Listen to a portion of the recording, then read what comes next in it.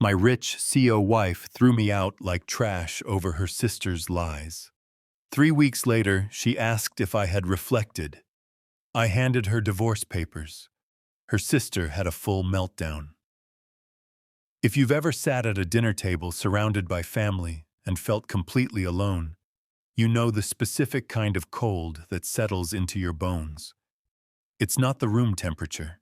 It's the temperature of their eyes. I remember the exact moment everything shifted. We were at Cassandra's penthouse, my wife's sister's place.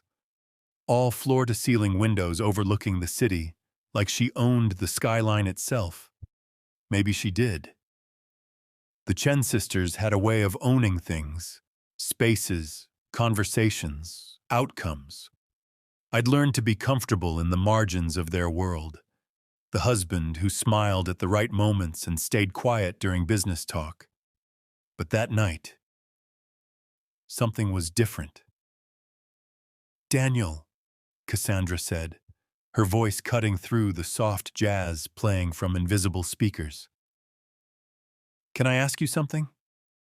My wife, Victoria, looked up from her wine. Her sister had that tone, the one that preceded ambush. "Of course," I said, "because what else do you say?" "Why do you think Victoria married you?" The question hung in the air like smoke.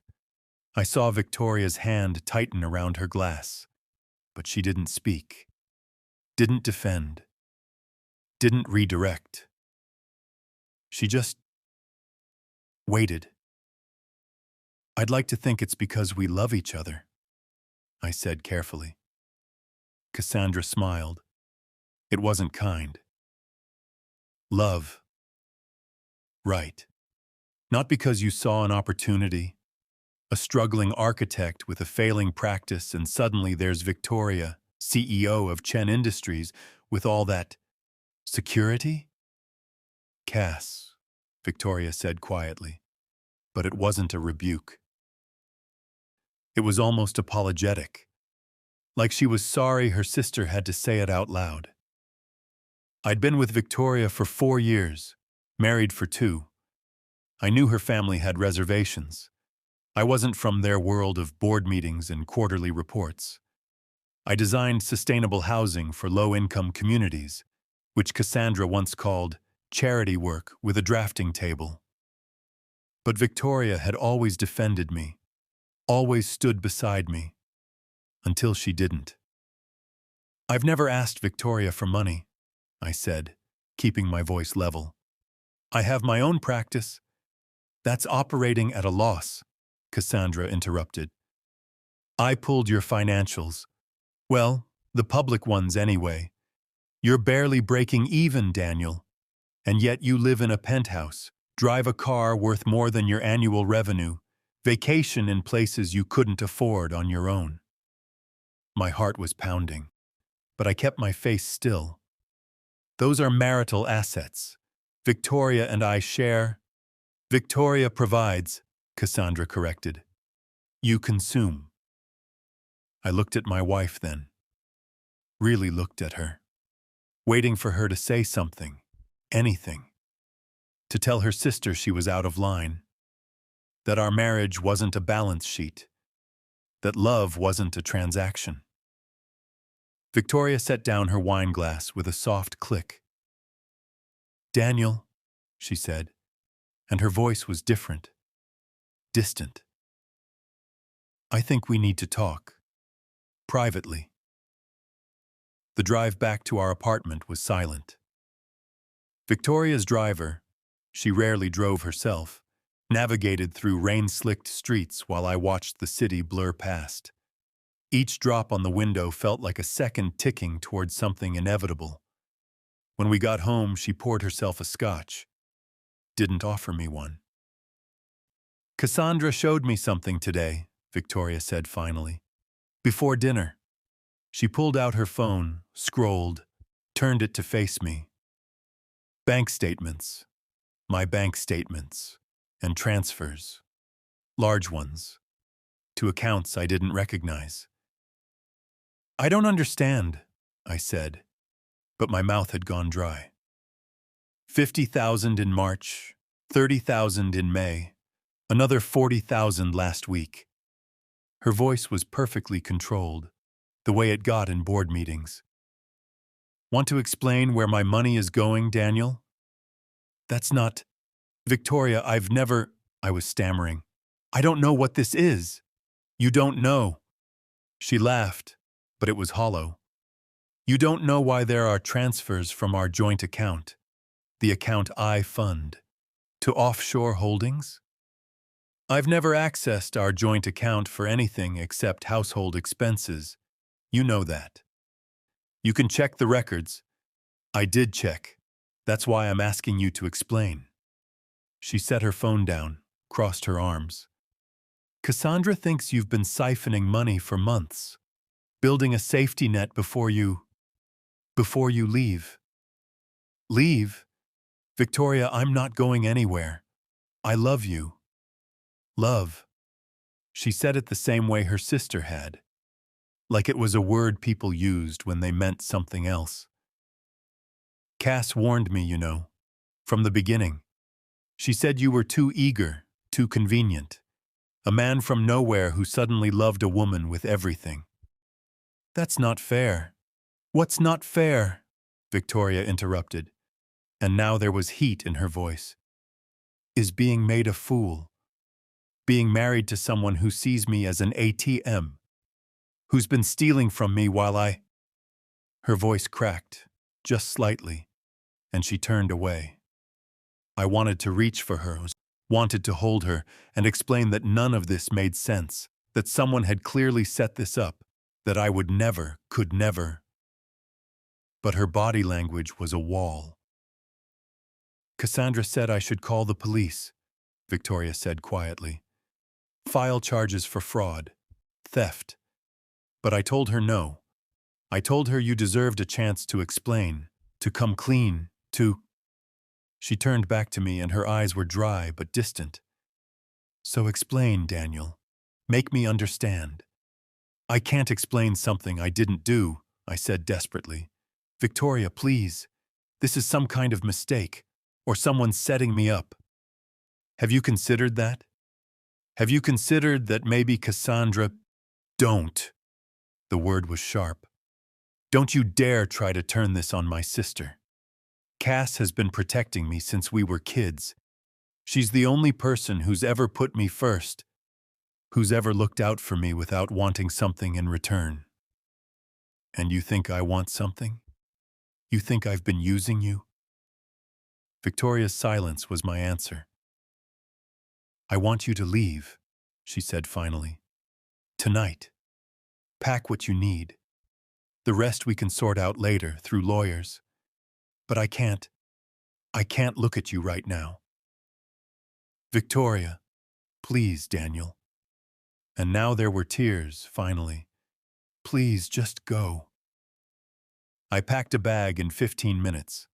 Clothes, laptop, documents I might need. The entire time she sat in the living room perfectly still, drink in hand. Didn't watch me leave. Didn't say goodbye. The door closed behind me with a soft click. Outside, the rain had turned into a downpour. I didn't have an umbrella. Didn't have a car. It was registered in Victoria's name, like everything else. I walked 3 blocks before finding a hotel that didn't require explanation, just a credit card and silence. In the room, generic, cold, smelling of industrial cleaner, I sat on the edge of the bed and tried to piece together what had just happened. The bank statements, the transfers I'd never made, Cassandra's perfectly timed accusations, Victoria's instant belief in her sister over me. It felt like a play I hadn't been given the script for. My phone buzzed. A text from an unknown number. She believed me so easily, didn't she? You never had a chance. I stared at the message until the screen went dark. Then I started making calls. There's a specific kind of humiliation that comes from having to explain your life to strangers. From sitting in a cramped office that smells like coffee and old paper, laying out the most intimate parts of your marriage to someone who's probably heard worse, but still charges $300 an hour to pretend they care. Marcus Webb looked exactly like a private investigator should. Tired eyes, decent suit, a desk covered in case files that suggested he was good at finding things people wanted hidden. "So your sister-in-law framed you for embezzlement," he said, not quite a question. "And your wife believed her." "I know how it sounds. You know how it sounds." Marcus leaned back in his chair, which creaked like it was as exhausted as he looked. "It sounds like every messy divorce I've seen. Someone with money, someone without, accusations flying. Usually everyone's guilty of something." "I'm not," I said flatly. He studied me for a long moment. "You understand that if I find something you don't want found, I'm still obligated to find it, find everything, because I didn't do this, and I need to prove it." Marcus nodded slowly. "Tell me about Cassandra Chen." I told him. About how she'd been the protective older sister, the one who'd built her own tech company from nothing while Victoria inherited their father's empire. How she'd been polite but distant at first, then gradually warmer, inviting us to dinners, family events, acting like she'd accepted me. "When did that change?" Marcus asked. "I don't know. Maybe it never did. Maybe she was always—" I stopped. 3 months ago, she asked me to consult on a housing development project. Said she wanted to do something meaningful, give back. I spent weeks on designs, community integration plans. Then she just dropped it. Said the numbers didn't work. And you didn't find that strange? I found it disappointing. I thought maybe we were finally connecting, that she saw me as more than just Victoria's husband. I laughed bitterly. Guess she saw me exactly as she wanted to. Marcus made notes. "These bank transfers, you're sure you didn't authorize them?" "I'm sure. I rarely even check that account. Victoria handles our finances. I have my business account, and I use our joint account for groceries, utilities. That's it. So whoever did this would need access to your information. Passwords, security questions, documentation." I thought about the consultation project, about the forms Cassandra had asked me to fill out, the financial disclosures she'd said were standard for contractors, about how I'd trusted her because she was family. "She had me fill out paperwork," I said slowly, "for the housing project. She said it was standard procedure, insurance requirements. I gave her everything. Social security number, bank information, even my mother's maiden name for the background check." Marcus's expression didn't change, but I saw something flicker in his eyes. Recognition. This was a pattern he'd seen before. "I'll need copies of everything," he said. "Bank statements, that text message, any communication with Cassandra. And I'll need you to not contact your wife while I'm working. Can you do that?" "She doesn't want to hear from me anyway." "She will," Marcus said. "Eventually. And when she does, you'll want to have answers. Real ones. Not emotions, not pleas. Evidence. Can you be patient?"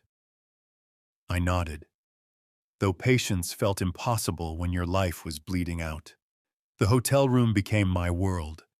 I called my assistant, told her to cancel client meetings for the week. Personal emergency. She didn't pry, but I could hear the concern in her voice. Everyone would know soon enough. The gossip would spread like wildfire.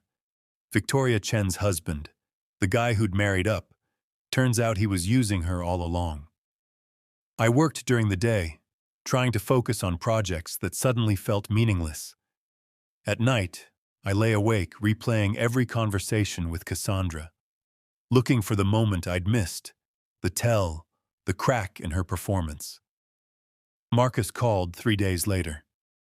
"The transfers were made from your IP address," he said without preamble. "Your laptop specifically. But here's what's interesting. They were all made between 2 and 4 a.m. You work those hours?" "Never. I'm asleep by midnight." "Right. So either you're a very dedicated sleepwalker or someone had access to your laptop while you were unconscious." He paused. "You and Victoria host a lot of family dinners?" "We did. Usually twice a month. Cassandra would come over, sometimes stay late. Understanding hit me like cold water. She was always asking to use my laptop. Said hers was acting up, needed to check something quick." "And you let her?" "She's family," or I thought. "Yes, I let her." "I'm pulling security footage from your building," Marcus said. "Seeing if we can track her visits, correlate them with the transfer dates. But Daniel, I need you to understand something. Even if we prove Cassandra did this, it doesn't mean Victoria will believe you. Family loyalty is complicated, especially with siblings." "What are you saying?" "I'm saying make sure you're prepared for any outcome, including one where you prove you're innocent and still lose your wife." I hung up feeling hollow, because he was right. This wasn't just about clearing my name. It was about Victoria choosing to believe me over the sister who'd protected her, guided her, stood beside her long before I existed. Why would she choose me? My phone rang. Victoria's name lit up the screen. My hand shook as I answered. "Daniel." Her voice was carefully neutral. "We need to discuss practical matters. The apartment, your belongings, financial separation." "Victoria, please, just listen."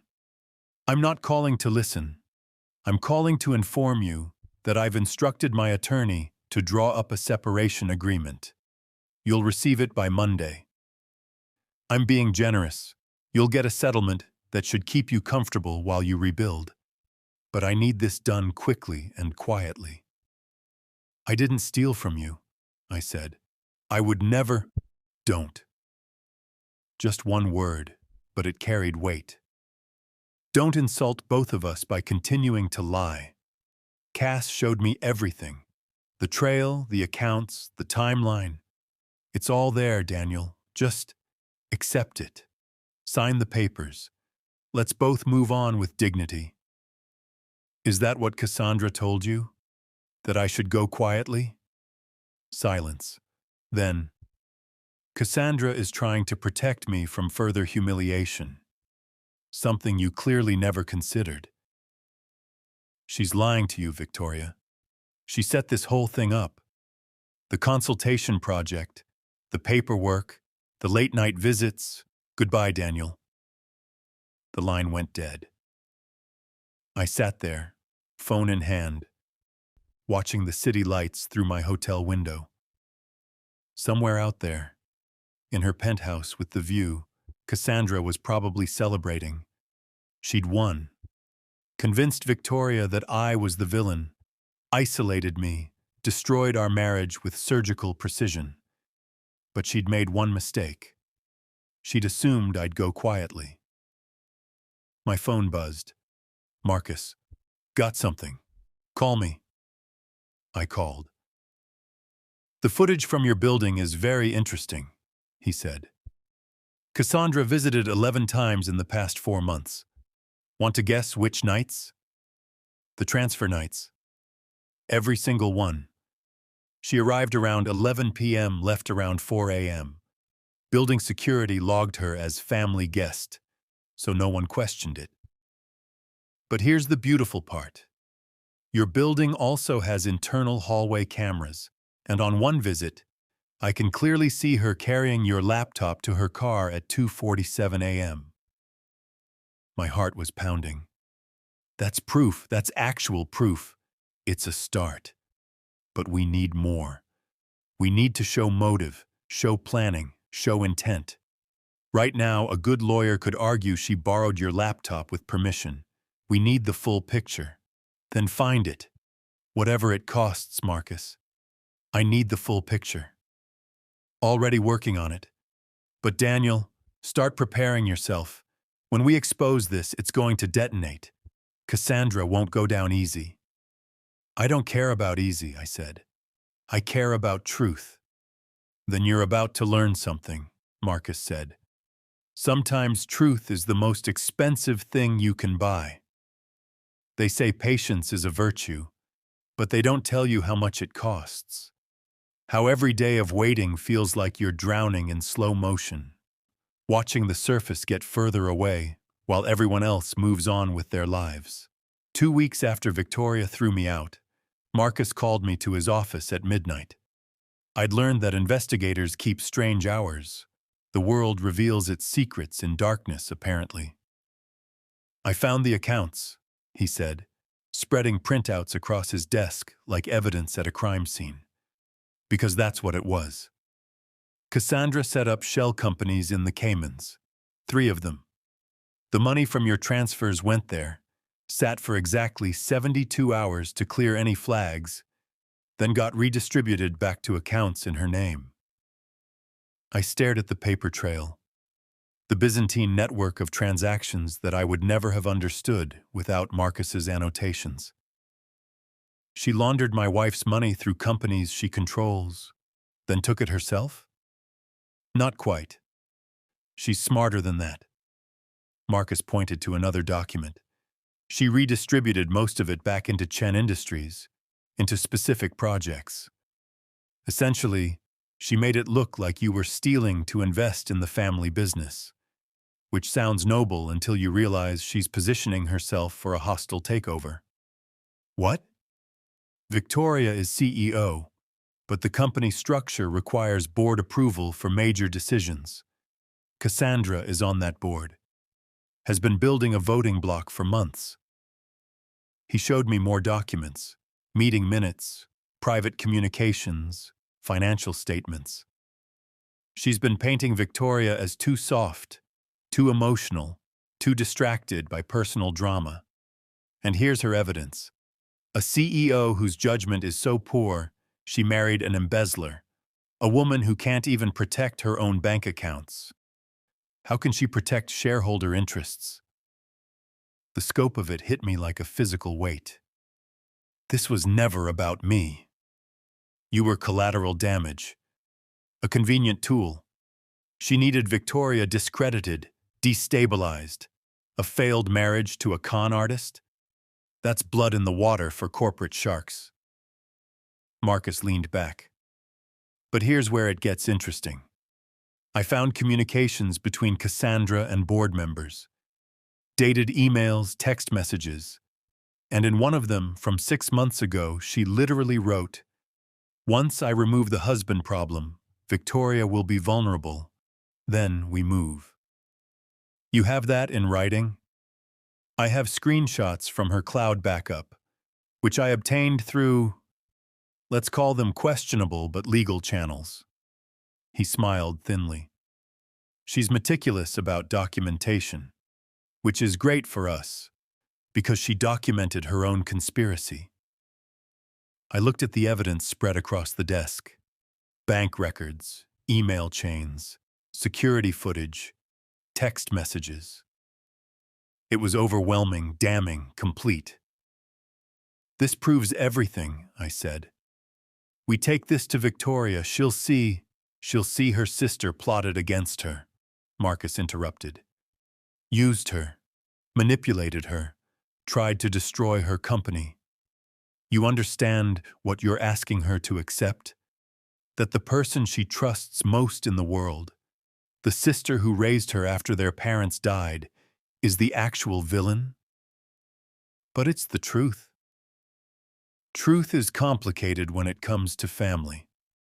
Marcus gathered the documents into neat folders.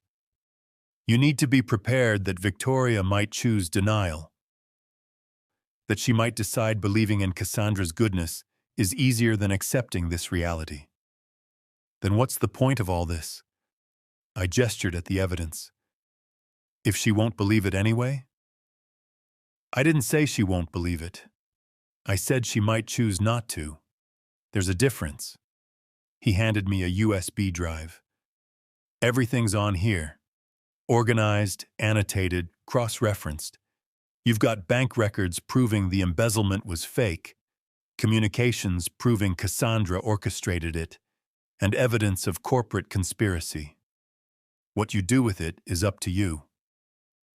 I held the drive like it was made of glass. 4 grams of plastic and silicone that contained the truth of my innocence and my wife's betrayal.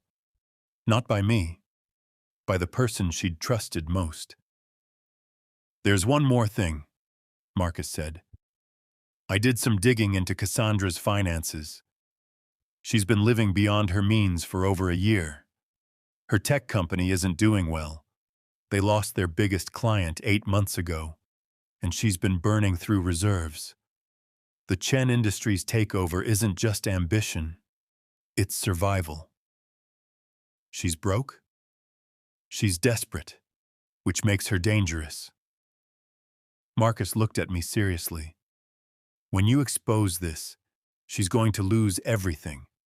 Her reputation, her position on the board, possibly her freedom if Victoria decides to press charges. Desperate people do desperate things. Are you saying she might be violent? I'm saying be careful. Document everything. Stay in public places when you meet with Victoria, and maybe invest in a good security system. He smiled, but it wasn't comforting. Just because someone commits white-collar crime doesn't mean they won't escalate when cornered. I left his office at 1 a.m. with a USB drive in my pocket and a weight on my chest. I had everything I needed to prove my innocence. Everything I needed to destroy Cassandra and possibly save Victoria's company. But would Victoria want to be saved? I spent the next day organizing my approach. I couldn't just send Victoria the evidence. She'd dismiss it, or Cassandra would get ahead of it, spin some explanation. I needed a moment where Victoria couldn't run, couldn't deflect, had to actually look at what her sister had done. My phone buzzed. Victoria's name. My heart jumped. Daniel, I'm sending the separation agreement tomorrow. Please review and sign it by Friday. Let's keep this civil. Civil. Like our marriage was a business transaction that had simply run its course. I typed back, I'd like to meet in person. One conversation before I sign anything. You owe me that much. 3 dots appeared, disappeared, appeared again. Fine. Thursday, 2 p.m., the apartment. 15 minutes, Daniel. That's all. Thursday. I had 2 days to prepare. 2 days to figure out how to show my wife that everything she believed about me and about her sister was a carefully constructed lie. I called Marcus. Thursday at 2. She's giving me 15 minutes. That's not much time to unpack corporate conspiracy and familial betrayal. Then I need to be efficient. I looked at the USB drive. Can you put together a presentation? Something visual, undeniable, like a briefing. You mean like a corporate takeover meeting? Marcus laughed, but it was appreciative. Fight fire with fire, I like it. Yeah, I can do that. PowerPoint or Keynote? Whatever looks most professional, most corporate. Victoria respects data. She's about to get a hell of a data set. He paused. Daniel, when you do this, there's no going back.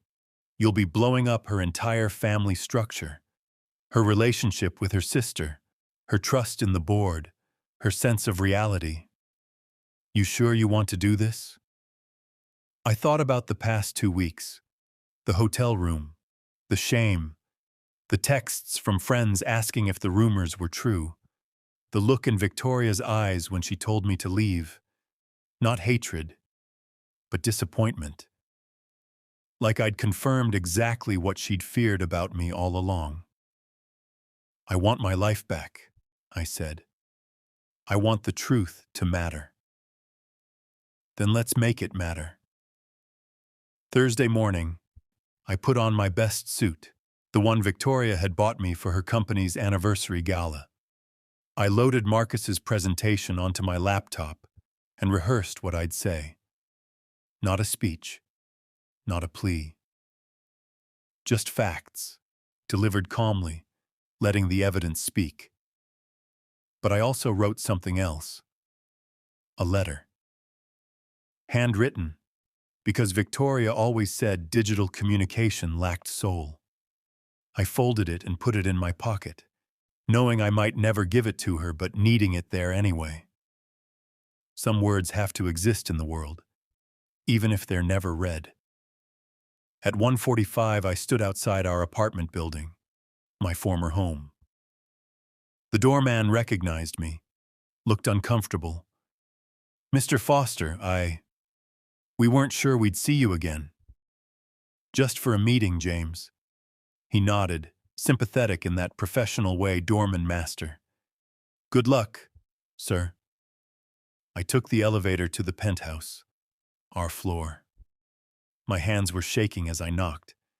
Victoria opened the door. She looked tired, shadows under her eyes, hair pulled back severely, wearing a black pantsuit like armor. Behind her, I could see the apartment. Our space. The painting we'd bought together in Barcelona. The ridiculous, expensive couch I'd argued we didn't need. The life we'd built. 15 minutes, she said. Not hello. Not acknowledgement of the weeks of silence. Just a reminder of my time limit. "I need you to see something," I said.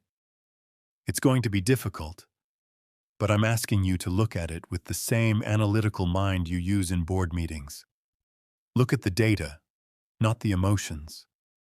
She sighed.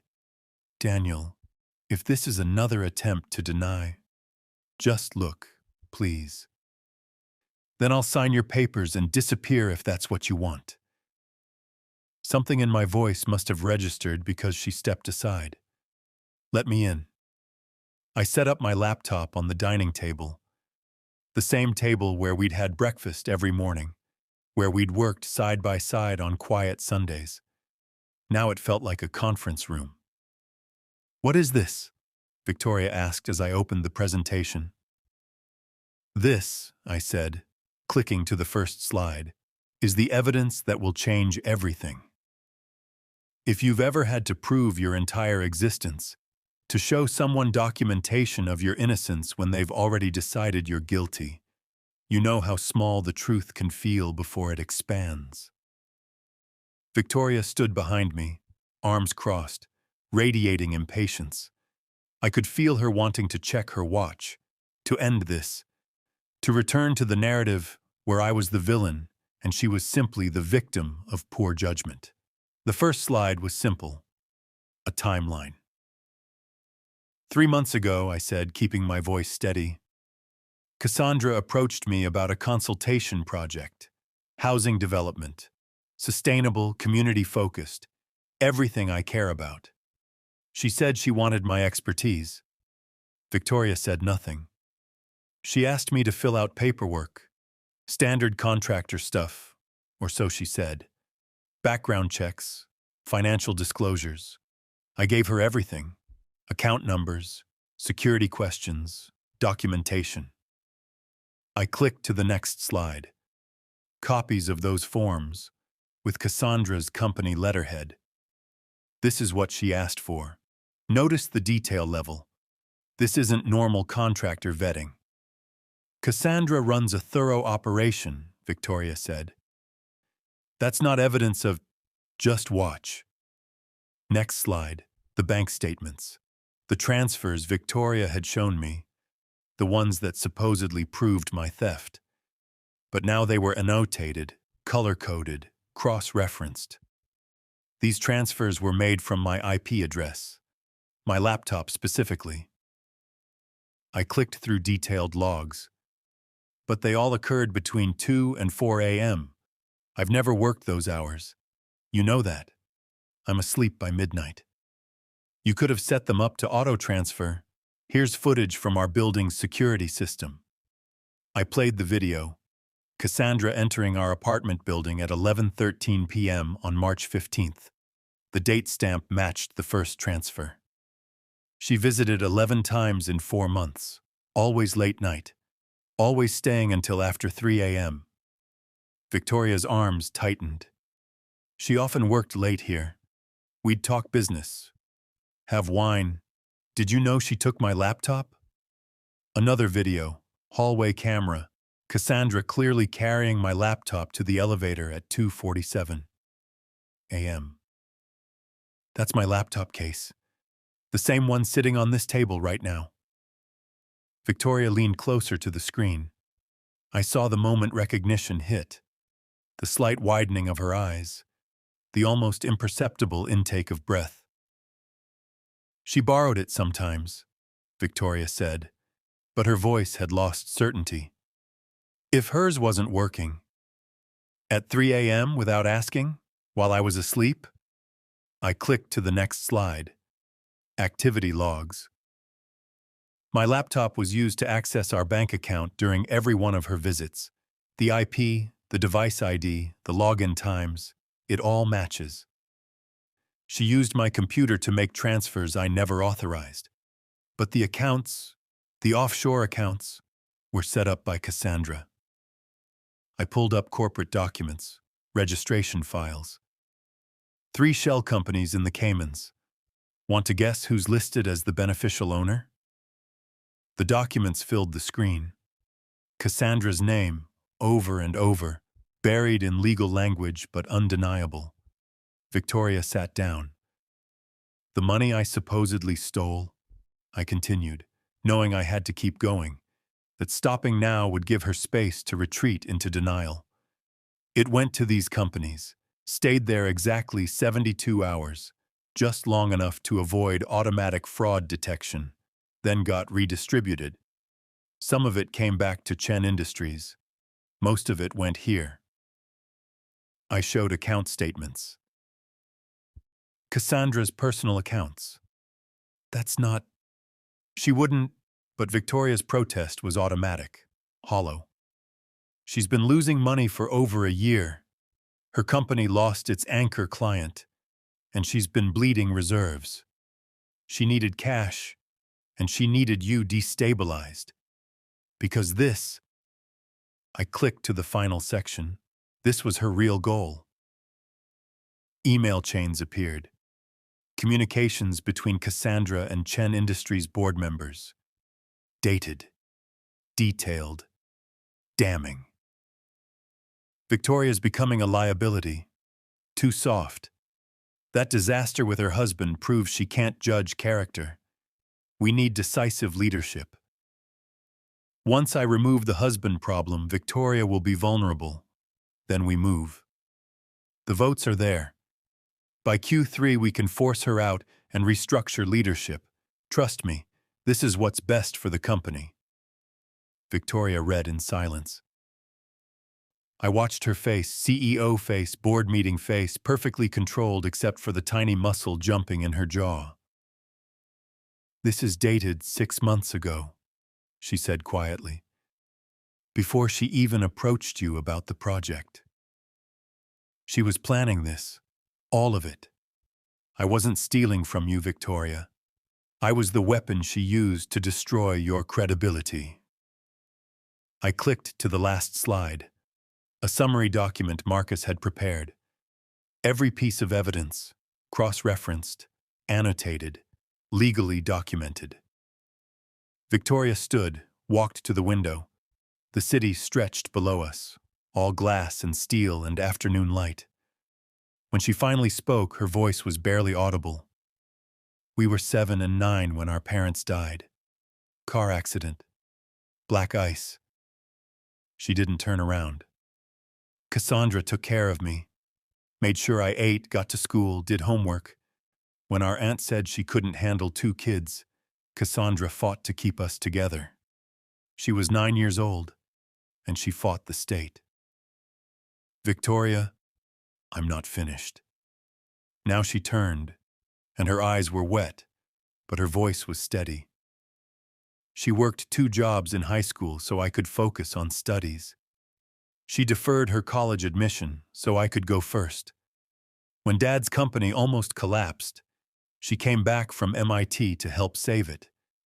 Everything I have, everything I am, she made possible.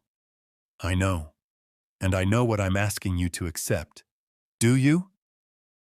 Victoria's composure cracked, just slightly. Do you understand that you're showing me evidence that my sister, the person who literally raised me, who sacrificed her entire youth for me, orchestrated an elaborate con to destroy my marriage and steal my company? I'm showing you the truth. The truth. She laughed, but it was broken. The truth is that I have to choose between believing my husband of 2 years or my sister of 34 years, between documented evidence or lived experience, between corporate conspiracy or complicated family dynamics. She wiped her eyes roughly. That's a hell of a choice, Daniel. It's not a choice between us, I said carefully. It's a choice between what happened and what you wish had happened.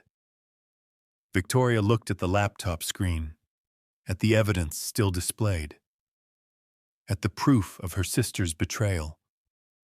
Then she looked at me, and I saw something shift in her expression. Not acceptance, not forgiveness, but consideration. The possibility that everything she'd believed was wrong.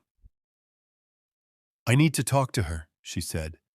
Before I can, I need to hear her explanation. Victoria, she'll lie. She's been lying this whole time. I need to hear it. Her voice was firm, CEO voice.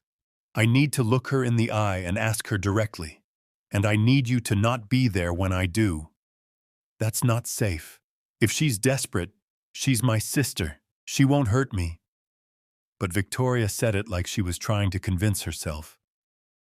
Give me the drive, the evidence. I'll review everything again, and I'll talk to Cassandra. Tomorrow. Friday evening, she's coming for dinner. It's on our calendar, has been for weeks. I should have argued. Should have insisted on being there. On having witnesses. On not giving Cassandra any chance to spin this. But I saw the look in Victoria's eyes. The need to do this her way. To have this conversation without me muddying the already turbulent waters. I unplugged the USB drive and handed it to her. Everything's on here. Bank records, emails, security footage, corporate documents. Marcus Webb, the investigator who compiled this, his contact information is in there too.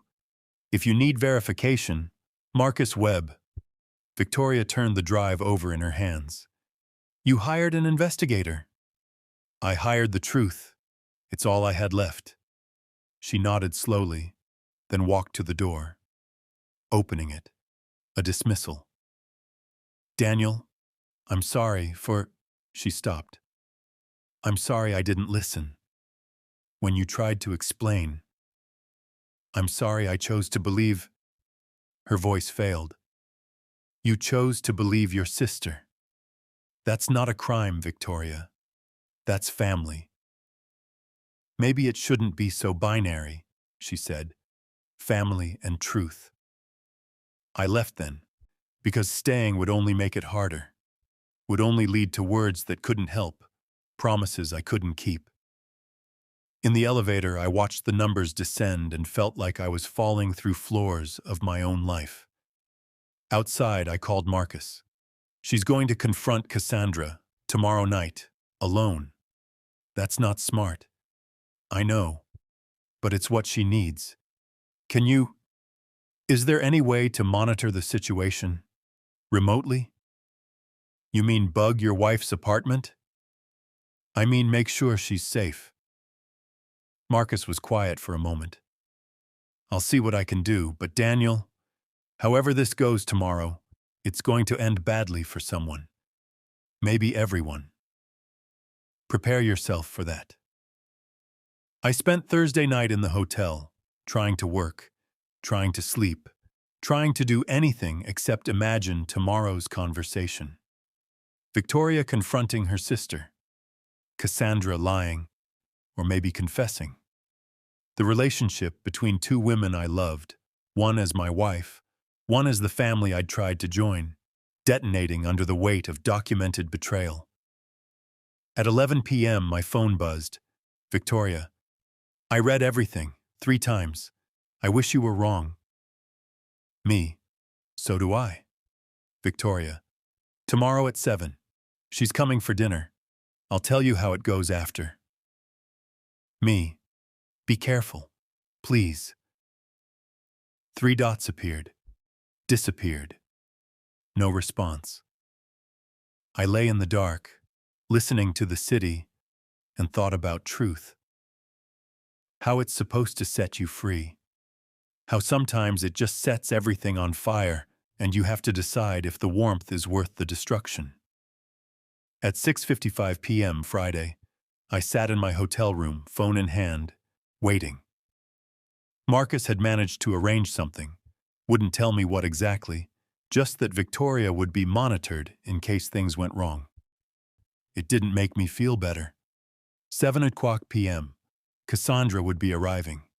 7:15 p.m., they'd be sitting down, probably in the dining room, same table where I'd shown Victoria the evidence yesterday. 7:30 p.m., the conversation would be starting. My phone rang at 7:47 p.m. Victoria. Her voice was shaking. You need to come here, right now. What happened? Are you okay? Just come. Daniel. She's... A sound in the background. Not quite a scream. More like an animal noise, raw and desperate. I'm coming. Stay on the phone. Hurry! The line went dead. I was out the door, in a cab, breaking every traffic law with a driver who understood emergency when he heard it. The 15-minute drive took 8. The apartment door was open. Inside, Victoria stood by the window, arms wrapped around herself.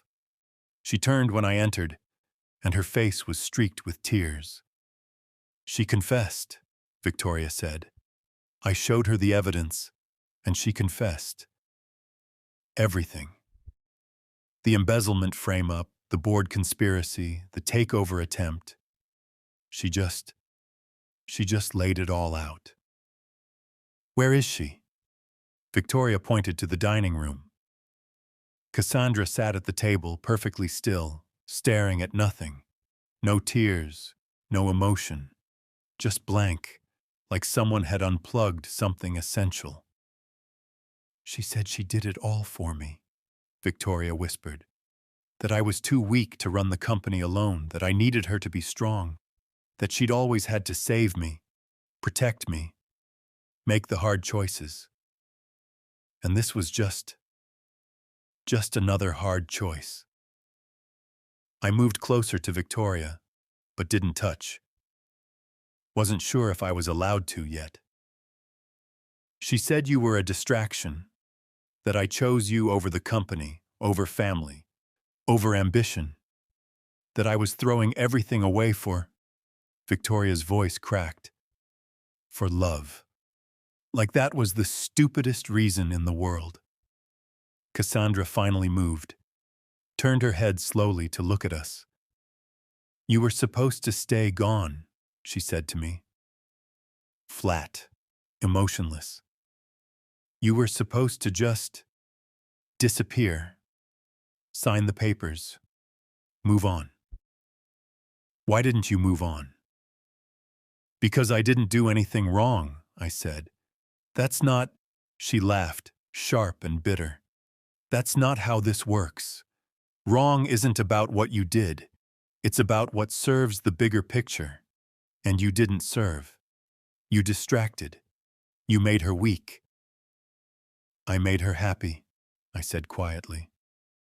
Happy. Cassandra spat the word. Happy doesn't build empires. Happy doesn't protect assets. Happy doesn't... She stopped, looked at her sister. I did this for you. Everything. Always for you. You did this for you, Victoria said, and her voice was cold now. CEO voice. You did it because you were failing, and you needed my company to save yourself. The protection, the sacrifice, the love, that was all real once. But this?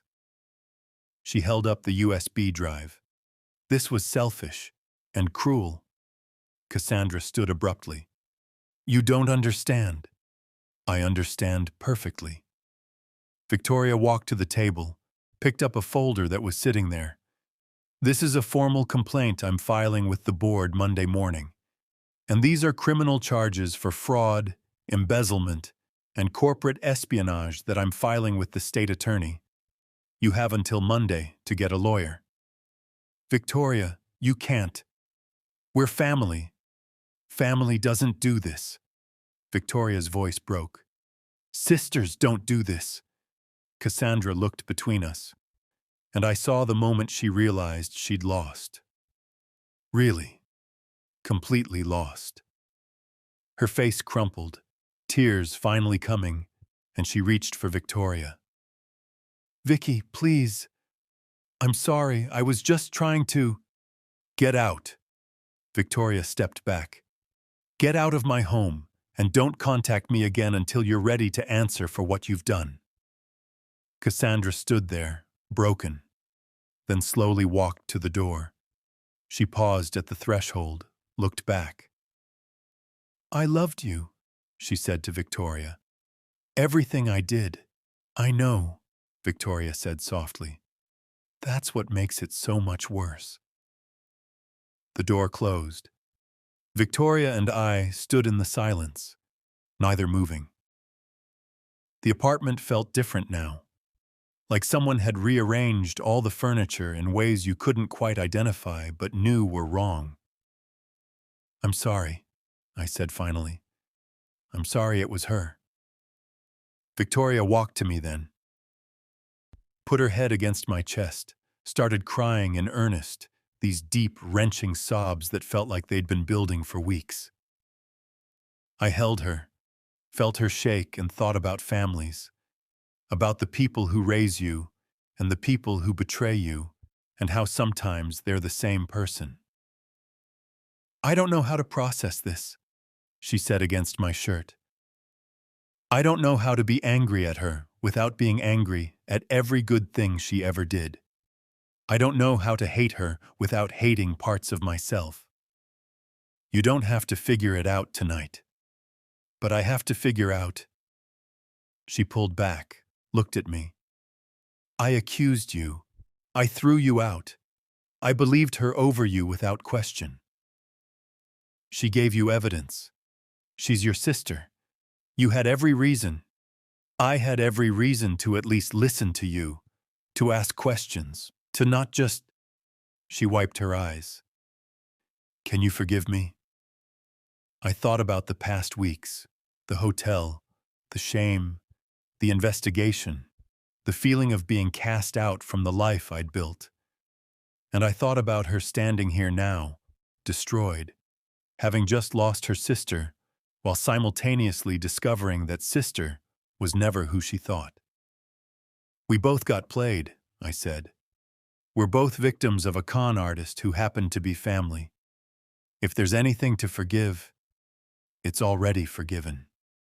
Victoria kissed me then, soft, tentative, like she wasn't sure she had the right anymore. I kissed her back, and it felt like coming home to a house that had burned down and been rebuilt, familiar in outline, different in every detail. What happens now? She asked. Now, I said, you press charges. You clean house at Chen Industries. You take back your company and your life. And we... I paused. We figure out if this marriage can survive what it's been through. She nodded. I want it to. Survive. I want us to. So do I. But it's going to take time, and therapy, and probably a lot of uncomfortable conversations. I've got time, I said, and I've never been afraid of uncomfortable. Victoria smiled just slightly. No, you hired an investigator and built a corporate espionage case against my sister. Uncomfortable doesn't scare you. Truth doesn't scare me, even when it costs everything. We stood there in the wreckage of her family, the beginning of our repair, and I thought about revenge. How it's not always loud. How sometimes the most powerful vengeance is just refusing to disappear, refusing to accept the false narrative, refusing to let lies become truth through sheer exhaustion. Cassandra wanted me gone. Wanted me erased, forgotten, blamed. Instead, I was here, vindicated, holding my wife while her sister's entire conspiracy collapsed. Sometimes the best revenge is just surviving and holding on to the truth until everyone else is forced to see it too. Outside, the city lights glittered like evidence, like data points, like truth spread across the darkness, undeniable and bright. There's a specific kind of silence that follows confession, not peaceful silence, the kind that presses against your eardrums, that makes you aware of your own heartbeat, your own breathing, the weight of air itself. Victoria and I sat on the couch until nearly midnight, not talking much, just existing in the space where our marriage had imploded and was now attempting to reform, like bones after a break, never quite the same shape but possibly stronger for the fracture. I should call my lawyer, Victoria said finally. Start the formal process, but I can't think about that right now. It can wait until morning. Can it? Every hour we wait is an hour Cassandra could be destroying evidence, moving assets, building her defense. Victoria's CEO instincts were kicking in. Survival mode. I should be strategic about this. You should be human about this, I said carefully. Your sister just... Victoria, you're allowed to fall apart. Just for tonight. She looked at me with those exhausted eyes. If I fall apart, I'm not sure I'll be able to put myself back together in time for what's coming. The board meeting, the press, the questions. Everyone asking how I didn't see it, didn't know, didn't suspect. You trusted family. That's not a weakness. In business, it absolutely is. She stood, paced to the window. I'm going to look incompetent, or complicit, or both. The CEO who couldn't even manage her own household finances, who married an embezzler, alleged embezzler, who was framed by your sister. Do you think the press will care about that distinction? Or will they just run headlines about Chen Industries' leadership crisis? She pressed her palms against the glass. Cassandra's takedown wasn't just personal. It was professional suicide for both of us. I joined her at the window. Below, the city moved on with its Friday night, oblivious to the detonation happening in this penthouse. Then we control the narrative, I said. We get ahead of it. You file the charges Monday, but tomorrow you call an emergency board meeting. You show them everything, the evidence, the conspiracy, the attempted coup. You don't let Cassandra set the terms. Victoria turned to me. You're thinking like a CEO. I'm thinking like your husband, who happens to have spent the last 2 weeks learning how to build airtight cases. I managed a smile. Marcus gave me an education in documentation. Marcus Webb, the investigator. Victoria's expression shifted. I want to meet him. I want to understand how Cassandra did this, every detail, so I can dismantle it systematically. Now you sound like yourself. Do I? She looked uncertain. I don't know what myself is anymore. The sister I thought I had doesn't exist. The judgment I trusted was manipulated. The family I built my identity around was… what? A lie? Not a lie. Just incomplete. The good things Cassandra did were real. The protection, the sacrifice, those happened. But people are complicated. They can be heroes in one story and villains in another. Victoria leaned against me, and I wrapped my arms around her. We stood like that, watching the city, until her breathing steadied and some of the tension left her shoulders. I'm going to have to testify against her, Victoria said quietly. In criminal court, in civil court, in board proceedings. I'm going to have to systematically destroy my own sister's life. She destroyed her own life. You're just documenting it. Is there a difference? I didn't have an answer for that. Saturday morning arrived too quickly. Victoria was up at 6, already on her phone, already moving. I made coffee and watched her transform from grieving sister back into CEO Chen. Tailored clothes, perfect posture, voice that could cut glass. I'm calling an emergency board meeting for Monday at 8 a.m., she said, scrolling through contacts. Before market open, before any rumors spread. I need you to be there. Me? You're the evidence, the victim, the proof that Cassandra's accusations were fabricated. She looked up. Plus, you're my husband. Standing beside me shows unity, shows I'm not compromised or unstable or any of the other things she was whispering to board members. Victoria, I'm an architect. I don't belong in You belong where I say you belong. Her voice softened slightly. Please, Daniel. I need you there. Marcus arrived at 10, carrying 3 banker's boxes full of additional documentation. He'd been busy overnight, apparently, pulling together supplementary evidence and legal frameworks. Mrs. Chen, he said, shaking Victoria's hand. I wish we were meeting under better circumstances. Mr. Webb, thank you for proving my husband's innocence. I just followed the money. It wanted to be found. Your sister was meticulous, but that cuts both ways. He set the boxes on the dining table. I've organized everything chronologically and by category. Financial crimes, corporate conspiracy, digital trespass. There's enough here for multiple criminal charges and civil suits. Victoria opened the first box, started reviewing documents with the same intensity she brought to quarterly reports. Marcus watched her, impressed. You're handling this remarkably well, he observed. I'm not handling it. I'm postponing it. Victoria didn't look up. Right now, I'm in crisis management mode. Later, probably during a very expensive therapy session, I'll handle it. Fair enough. Marcus turned to me. How are you doing? I'm vindicated and exhausted and married to someone who's about to wage legal war against her own family. So, complicated.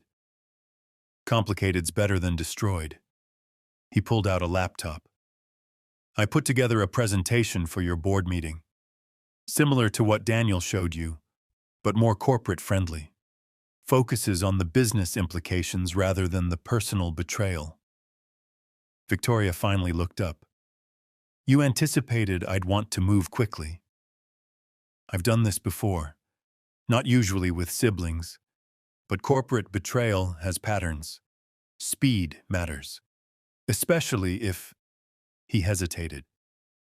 If what? Victoria's voice went cold. If your sister decides to file a counter-narrative, claim you're retaliating against legitimate concerns, that she was trying to protect the company from your husband's influence, It won't hold up under scrutiny, but it could buy her time. Cassandra wouldn't. Victoria stopped. No. Yes, she would. She'd absolutely do that. Then we move first, I said. Monday morning, board meeting, full disclosure. We frame this before she can. Victoria nodded slowly. Marcus, I'd like to retain you. Not just for this case, but for however long this takes. Full investigation, witness interviews, asset tracing. I want to know everything Cassandra did, everyone she spoke to, every dollar she moved. That's going to be expensive. I'm aware. Name your rate. Marcus named a figure that made my stomach drop. Victoria didn't blink. Done. Start immediately. She closed the box she'd been reviewing. And Marcus? I want to know why. Not just how she did it, but why. What changed? When did my sister stop protecting me and start plotting against me? That might be the hardest part to prove, Marcus said gently. Motives are messy. Everything about this is messy. At least give me the illusion of understanding. After Marcus left, Victoria and I spent the afternoon preparing for Monday. She rehearsed her presentation, I organized evidence folders, and we both avoided talking about the massive elephant in the room, what this meant for us. At 4 p.m., my phone rang. Unknown number. Don't answer it, Victoria said immediately. I answered it. Daniel. Cassandra's voice was wrecked, raw from crying or screaming or both. Please, I need to talk to Victoria. She won't answer my calls. She's right here. She can hear you, and she's chosen not to speak to you. Victoria, Cassandra's voice raised. Desperate. Vicky, please, just listen, I can explain. Victoria took the phone from me. Her hand was shaking, but her voice was steady. You have a lawyer? She asked. What? No, Victoria, I don't need a lawyer. I need my sister. Get a lawyer. A good one. Because Monday morning, I'm filing charges. Criminal and civil. And I'm removing you from Chen Industries' board of directors. Effective immediately. Victoria's voice cracked slightly. Don't call me again, Cassandra. Don't come to my home. Don't try to explain or apologize or any of it. It's done. You're choosing him over me? Cassandra's voice turned venomous. After everything I've done for you, everything I sacrificed, I'm choosing truth over lies, evidence over manipulation, my marriage over your betrayal. Victoria's eyes were wet, but her tone was steel. You made me choose, Cass. This is the choice. You'll regret this. When you lose everything because of him, when he shows his true colors, Victoria hung up, stood there holding my phone, shaking. That was her last chance, she said quietly. Her last opportunity to apologize, to show remorse, to be the sister who raised me. And she spent it threatening me. I'm sorry. Stop apologizing. You did nothing wrong. She handed back my phone. But she did. And now she gets to live with the consequences. Sunday was quieter. We ordered takeout, avoided the internet. Marcus had warned us that rumors were already circulating, and tried to pretend normalcy. Victoria worked on her presentation. I sketched building designs, something to occupy my hands, while my mind raced through Monday's scenarios. At midnight, lying in our bed, strange to be back here after weeks in that hotel room, Victoria spoke into the darkness. What if I'm wrong? About what? About all of it. What if there's some explanation I'm missing? What if Cassandra really was trying to protect me, and I'm about to destroy her for it? I turned to face her. Victoria, you saw the evidence.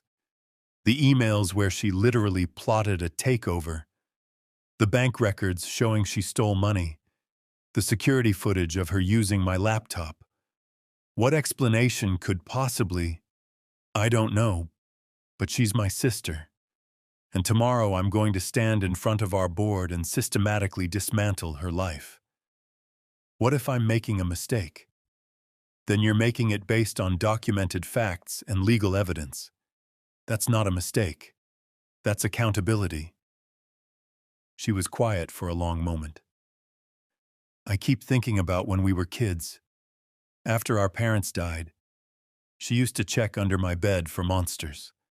Every night, without fail, she'd look under the bed, in the closet, behind the curtains, tell me I was safe, that she'd protect me from anything. She did protect you, for years, but somewhere along the way, she became the monster. Victoria started crying then, not the wrenching sobs from Friday, but quiet tears that soaked into the pillow. I held her, and we lay there in the dark, the night before everything changed. Monday morning, 7:45 a.m., Chen Industries boardroom, 21st floor, all glass walls and imported furniture, and the smell of expensive coffee. Victoria stood at the head of the table in a navy suit, looking every inch the CEO. I sat to her right, Marcus to her left. Around the tables, board members filed in, confused, concerned, some obviously annoyed at the emergency meeting. Cassandra's seat was conspicuously empty. "Thank you all for coming on short notice," Victoria began. "What I'm about to share is difficult, both personally and professionally, but it's necessary for the integrity of this company." She clicked to the first slide. 3 months ago, my sister Cassandra initiated a campaign to orchestrate my removal as CEO through fraudulent accusations and corporate conspiracy. I watched the board members' faces as Victoria laid out the evidence. Shock, disbelief, anger. One woman, the CFO, looked like she was calculating the PR damage in real time. Victoria didn't falter, didn't waver. She presented every document, every email, every transaction with clinical precision. By the time she finished, 25 minutes later, the room was silent. "Questions?" Victoria asked. The CFO spoke first. "Have you contacted legal counsel? Criminal charges will be filed this afternoon. Civil suit to follow. What about Cassandra's position on this board? I'm calling for an immediate vote to remove her, effective today." "And your husband?" This from an older man, one of her father's old colleagues. "The accusations against him were fabricated entirely by my sister, as the evidence clearly shows. Daniel has done nothing wrong. In fact, he's the one who uncovered this conspiracy through his own investigation." Victoria looked at me. "I owe him an apology, and so does this board." The vote was unanimous.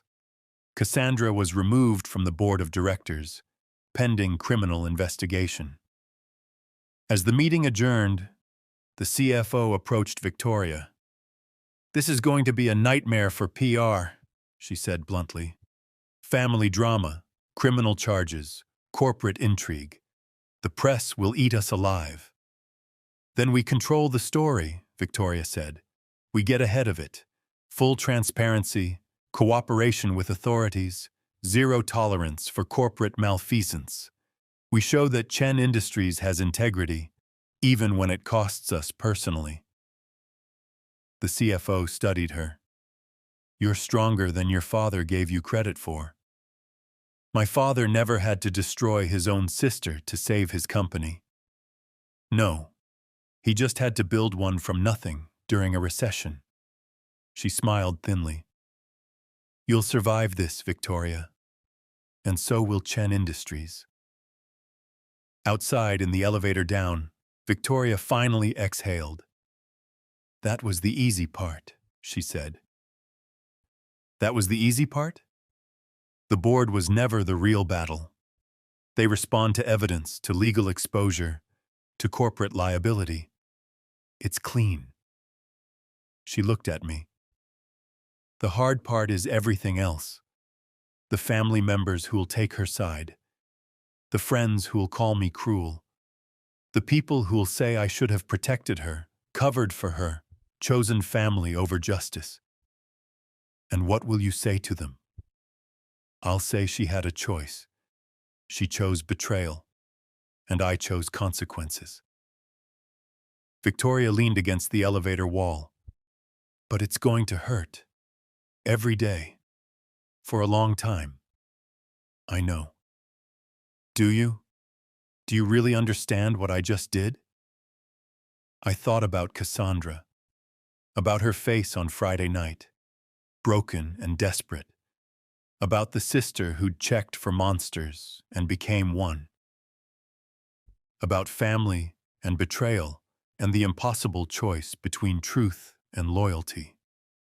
I understand that you chose the harder right over the easier wrong, I said. And I understand that's going to cost you, but I also understand that you're not alone in paying that cost. Victoria looked at me, really looked at me, for the first time since this whole nightmare began. You're really staying? She asked quietly. After everything? After everything, I confirmed. For better or worse, remember? This definitely qualifies as worse. She almost smiled. We haven't even gotten to therapy yet. Can't wait. I have a lot to say about your family dynamics. Careful. I'm about to be very sensitive about family dynamics. The elevator doors opened. Lobby. Real world. Whatever came next. We walked out together into the morning light, into the fallout, into whatever version of our marriage would emerge from this wreckage. Behind us, on the 21st floor, an empty chair in a boardroom marked the space where Cassandra used to sit. Ahead of us, somewhere in the city, she was probably calling lawyers, planning her defense, preparing for war. But for now, in this moment, Victoria and I had each other. Damaged, complicated, but honest. Sometimes that's enough. Sometimes that's everything. If you've ever watched someone you love become a stranger to their own family, you know how isolation works. Not the physical kind. The kind where phones stop ringing, invitations dry up, and suddenly your wife is eating lunch alone in her own company cafeteria because people don't know how to act around family tragedy. 2 weeks after the board meeting, Victoria was radioactive. My aunt called, she said over breakfast. Our first real breakfast together in months, though neither of us had much appetite. Dad's sister wants to know how I could do this to Cassandra, how I could betray family. Did you explain? I tried. Sent her the evidence summary. She said evidence doesn't matter, that family protects family, that I should have handled this privately. Victoria stared at her untouched eggs. She said Mom and Dad would be ashamed of me. I reached across the table, took her hand. Your parents would be proud. You chose integrity. Maybe. Or maybe they'd say I should have covered for Cassandra. Let her take some money, quietly removed her from the board, kept it in the family. She pulled her hand back, picked up her coffee. Maybe I'm the villain in this story and just don't see it. You're not. 3 cousins have blocked me on social media. My uncle won't return my calls. And yesterday, at the company, someone left a note on my desk that said, "Family Destroyer," in red marker. She laughed, but it was bitter. So you tell me, Daniel, am I the hero here? The truth was complicated. Yes, Cassandra had betrayed us. Yes, the evidence was overwhelming. Yes, Victoria had done exactly what any CEO should do when facing corporate conspiracy. But family is never that simple. You're the person who chose truth, I said carefully. That doesn't make you a hero or a villain. It just makes you honest. Honest and alone. Great trade-off. She wasn't wrong. The family she'd built her identity around was fracturing, choosing sides, and mostly choosing Cassandra. Because Cassandra had a gift. She told the story where she was the victim, where she'd tried to protect Victoria from a con artist husband, where she'd raised red flags about my suspicious behavior, where Victoria had turned on her in a fit of misguided loyalty to a man she'd known only a few years. It was a compelling narrative, and for people who hadn't seen the evidence, who didn't want to believe their niece/cousin sister could commit fraud, it was easier to accept than the truth. Marcus called that afternoon with updates. The DA is moving forward with charges: wire fraud, computer fraud, conspiracy to commit corporate espionage. Cassandra's lawyer is predictably claiming this is all a misunderstanding, that she was protecting family assets. Will that work? I asked. In court? No. The evidence is too solid. But in the court of public opinion? He sighed. That's different. Her PR team is good. They're spinning this as a family feud, painting Victoria as cold and vindictive. Victoria is neither of those things. I know that. You know that. But the press doesn't care about truth. They care about narrative. And right now, Cassandra is winning the narrative war. I hung up feeling defeated. We'd won the legal battle, secured the evidence, protected the company. But Cassandra was still destroying Victoria, just through different means. That evening, Victoria came home late, exhausted, carrying a bottle of wine and a resignation that scared me more than her anger had. I'm thinking of stepping down, she said, pouring a very full glass. As CEO, let the board appoint interim leadership while this plays out. Victoria, no. Why not? I'm a liability now. Every meeting, every decision, every interview gets filtered through this drama. The company deserves better. She drank deeply. I deserve better. Maybe I should just walk away from all of it. From your company, your father's legacy, from the fight, from the headlines, from watching my family choose my sister over me every single day. She set down the glass too hard. It cracked, wine spilling across the counter. I'm so tired, Daniel. I'm tired of being strong, tired of being right, tired of paying the price for someone else's crime. I cleaned up the wine, the broken glass, while Victoria stood there watching me like she'd forgotten how to move. When I was 7, she said quietly, I got lost at a mall, wandered away from Cassandra, couldn't find her anywhere. I was terrified, crying, convinced I'd never see her again. Then she found me, picked me up, held me so tight, told me she'd never let anything bad happen to me, that we were sisters, and sisters protect each other forever. Victoria, I believed her. I believed her for 27 years, and now I'm standing here wondering if that memory is even real, or if it's just another manipulation, another investment in my loyalty that she planned to cash in someday. The memory is real. The protection was real. People change. Or maybe they don't change. Maybe we just finally see who they always were. That's not comforting. It's not meant to be. It's just true.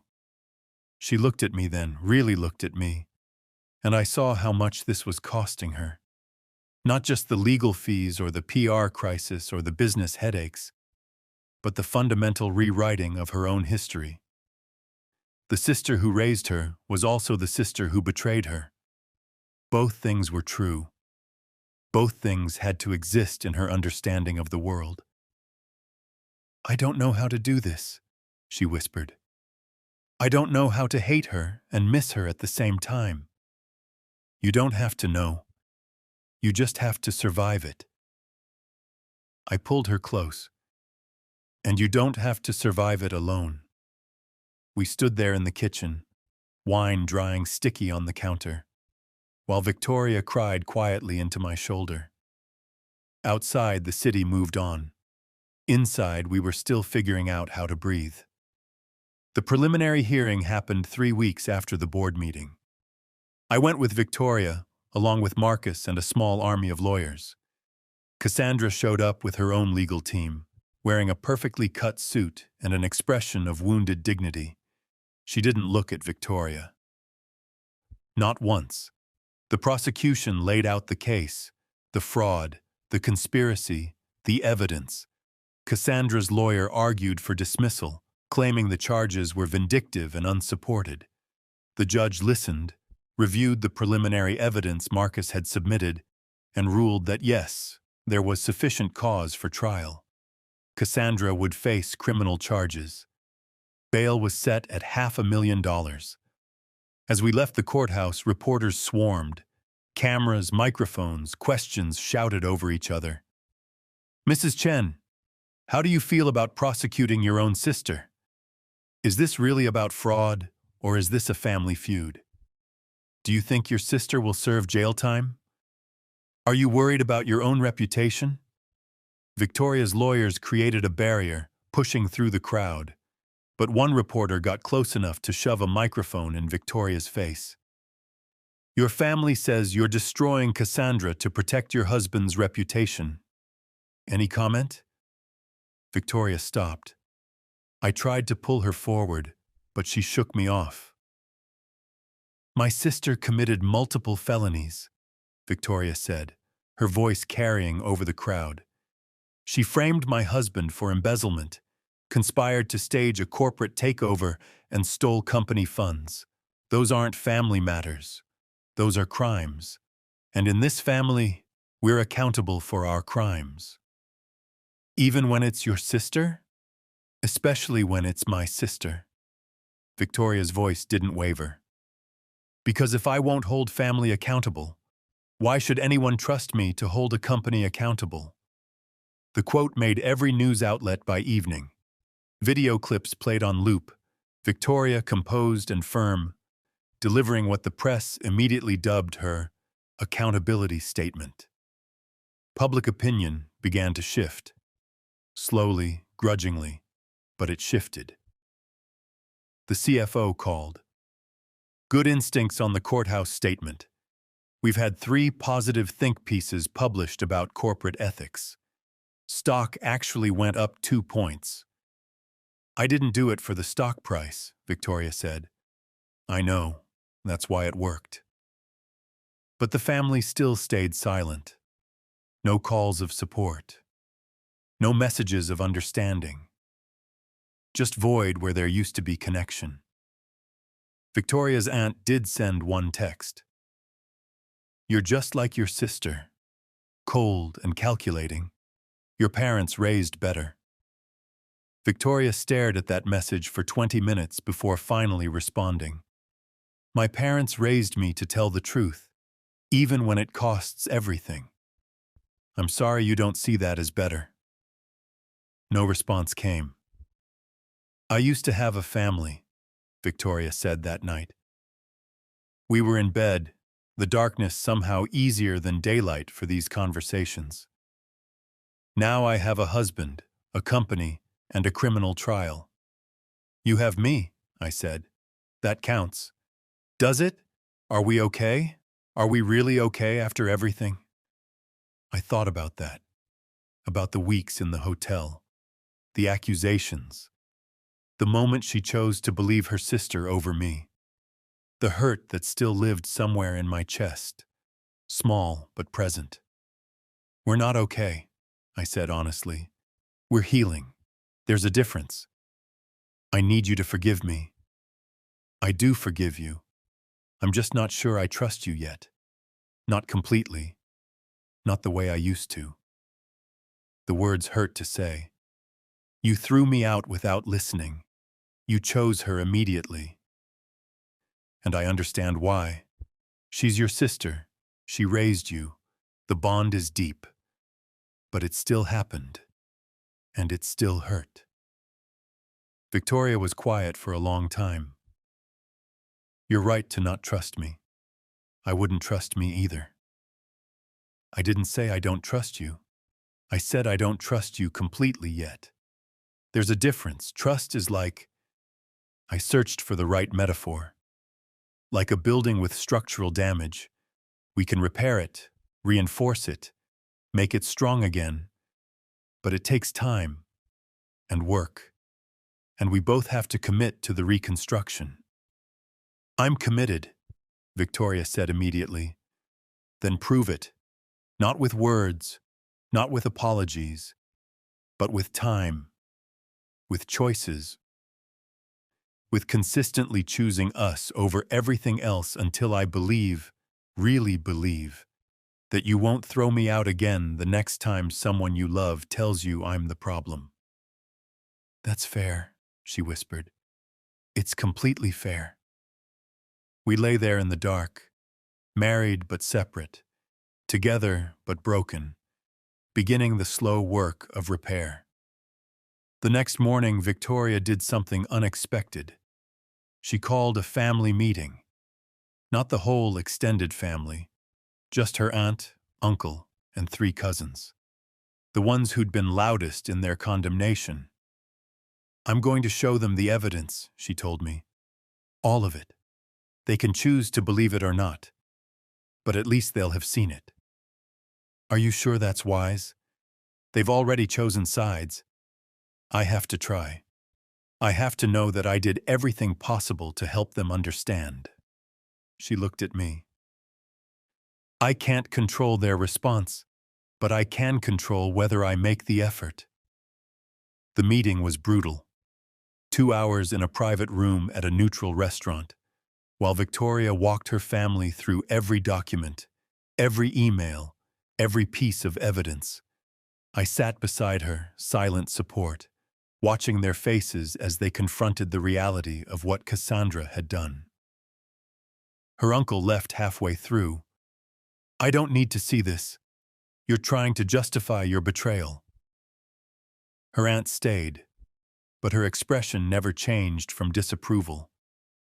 One cousin, though, Maya, the youngest, actually listened, really listened, looked at the evidence with clear eyes, and when Victoria finished, Maya was crying. I didn't know, Maya said. I thought you were being cruel. I thought... She shook her head. Cassandra told us you were destroying her because you blamed her for warning you about Daniel. That she was just trying to protect you. She was trying to destroy me, Victoria said quietly, and she almost succeeded. Maya looked at me. I'm sorry. I believed her. I said things about you, terrible things, and I'm sorry. Thank you, I said, because what else do you say? After the meeting, in the car, Victoria was quiet. That's 1, she said finally. 1 out of 5. 1 family member who saw the truth. That's better than 0. Is it? Or does it just hurt more knowing that 4 of them looked at overwhelming evidence and still chose to believe Cassandra's lies? I didn't have an answer. That night, Maya called.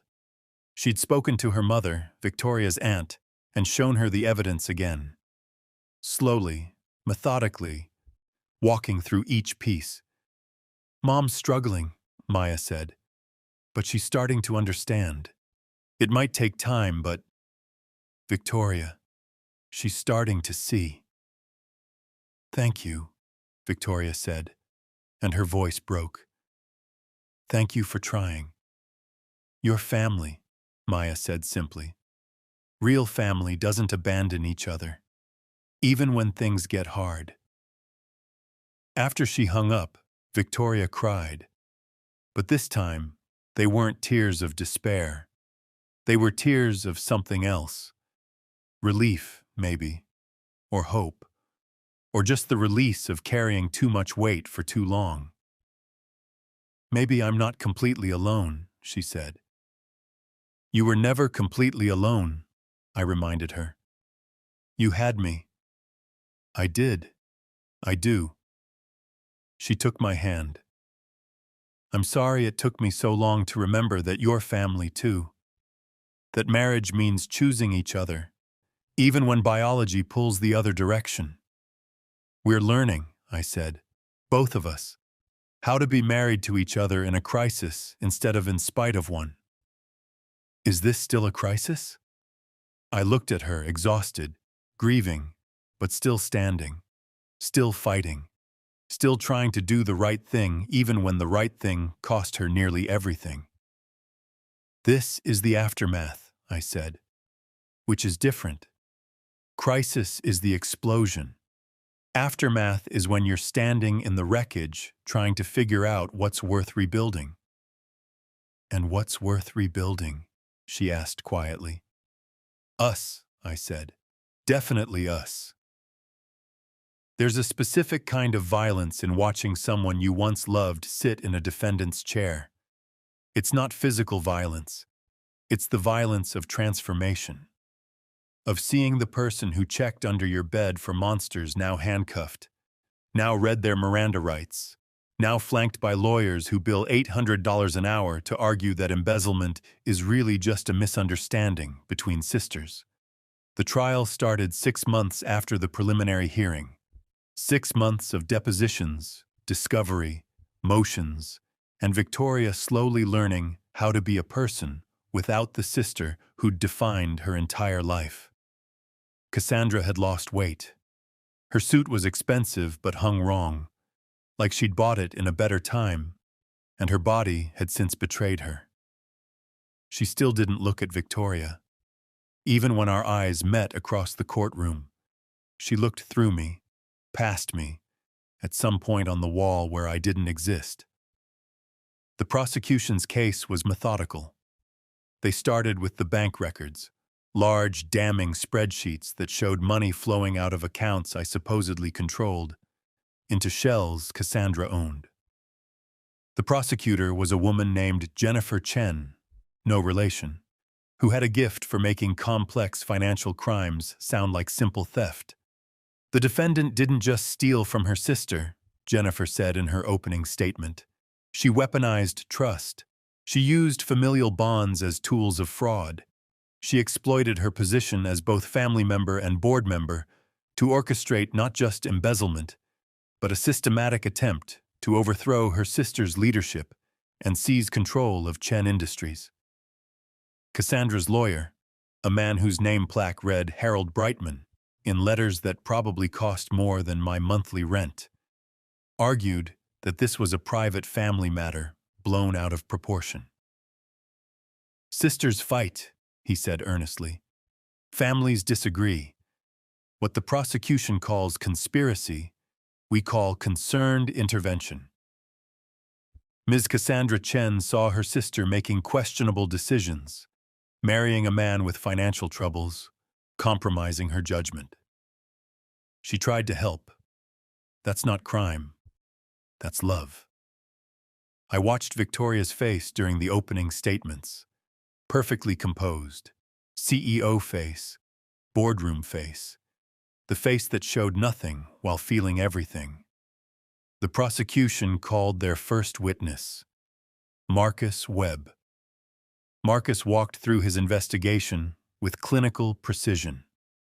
Every document, every timestamp, every piece of digital forensics that proved Cassandra had accessed my laptop, initiated the fraudulent transfers, and created the shell companies to hide the money. "And Mr. Foster himself?"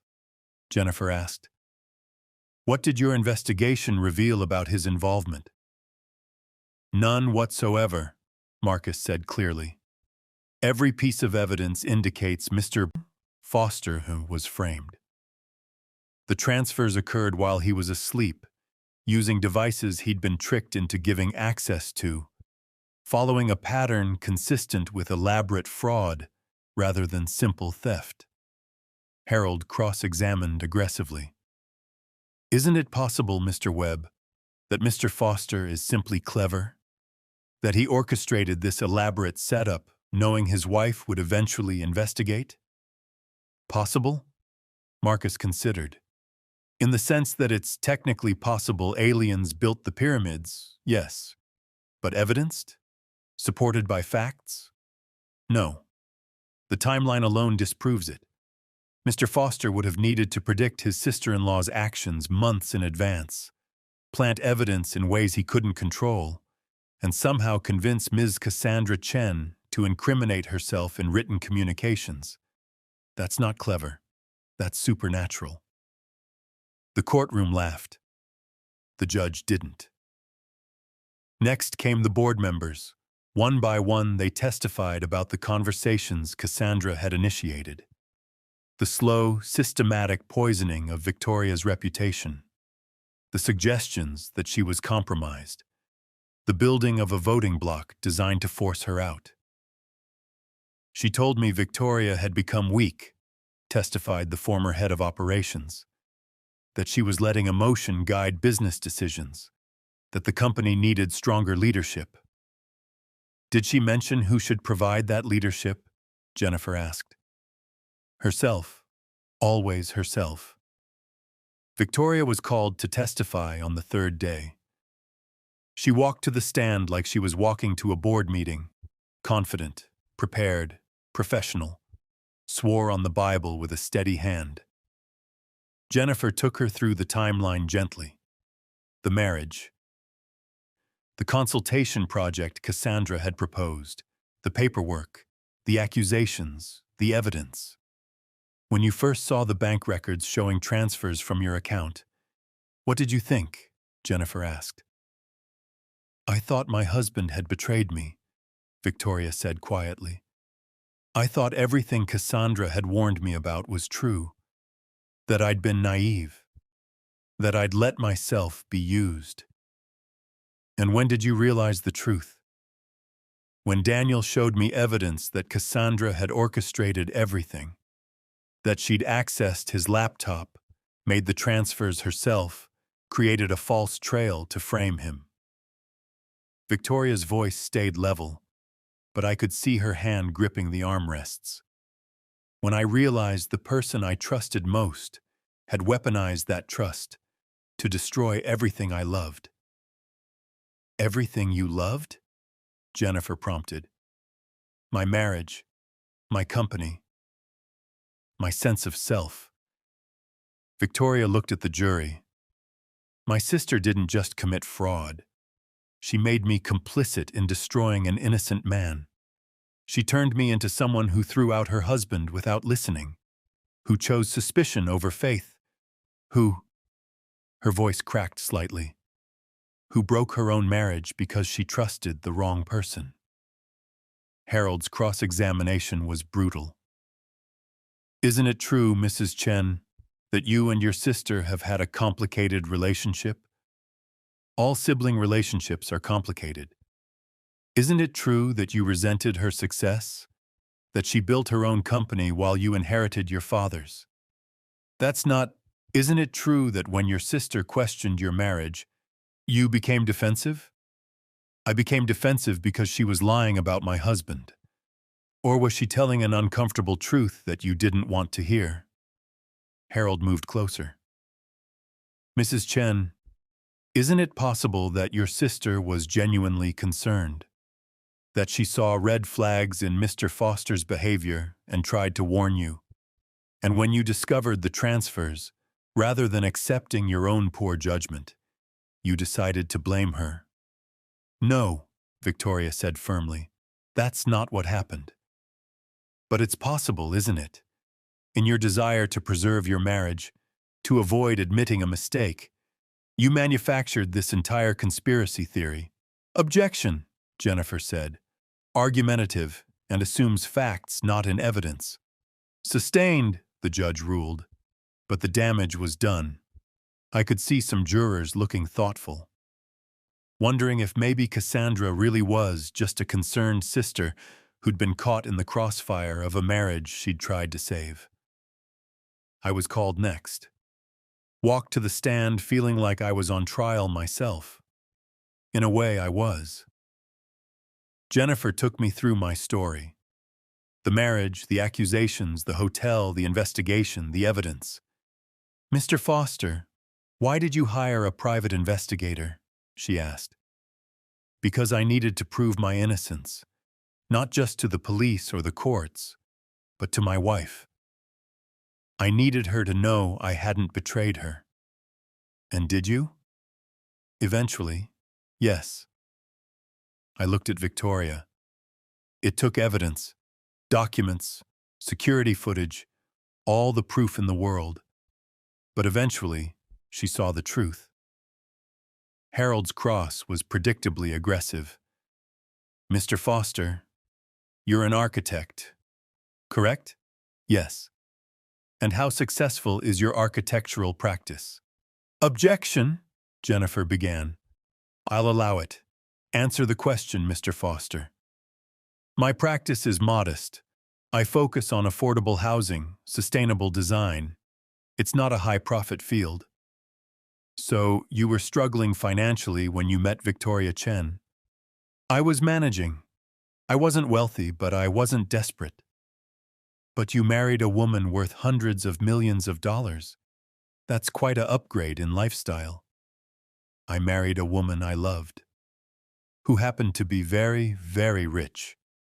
"Yes, and I never asked her for a penny. Never accessed accounts I wasn't supposed to. Never took anything that wasn't freely given." I met his eyes. "Unlike some people." "Mr. Foster, isn't it possible that when you were caught, I wasn't caught because I didn't do anything? When the transfers were discovered, you needed a scapegoat, and Cassandra Chen, who'd questioned your motives from the beginning, was a convenient target?" "No.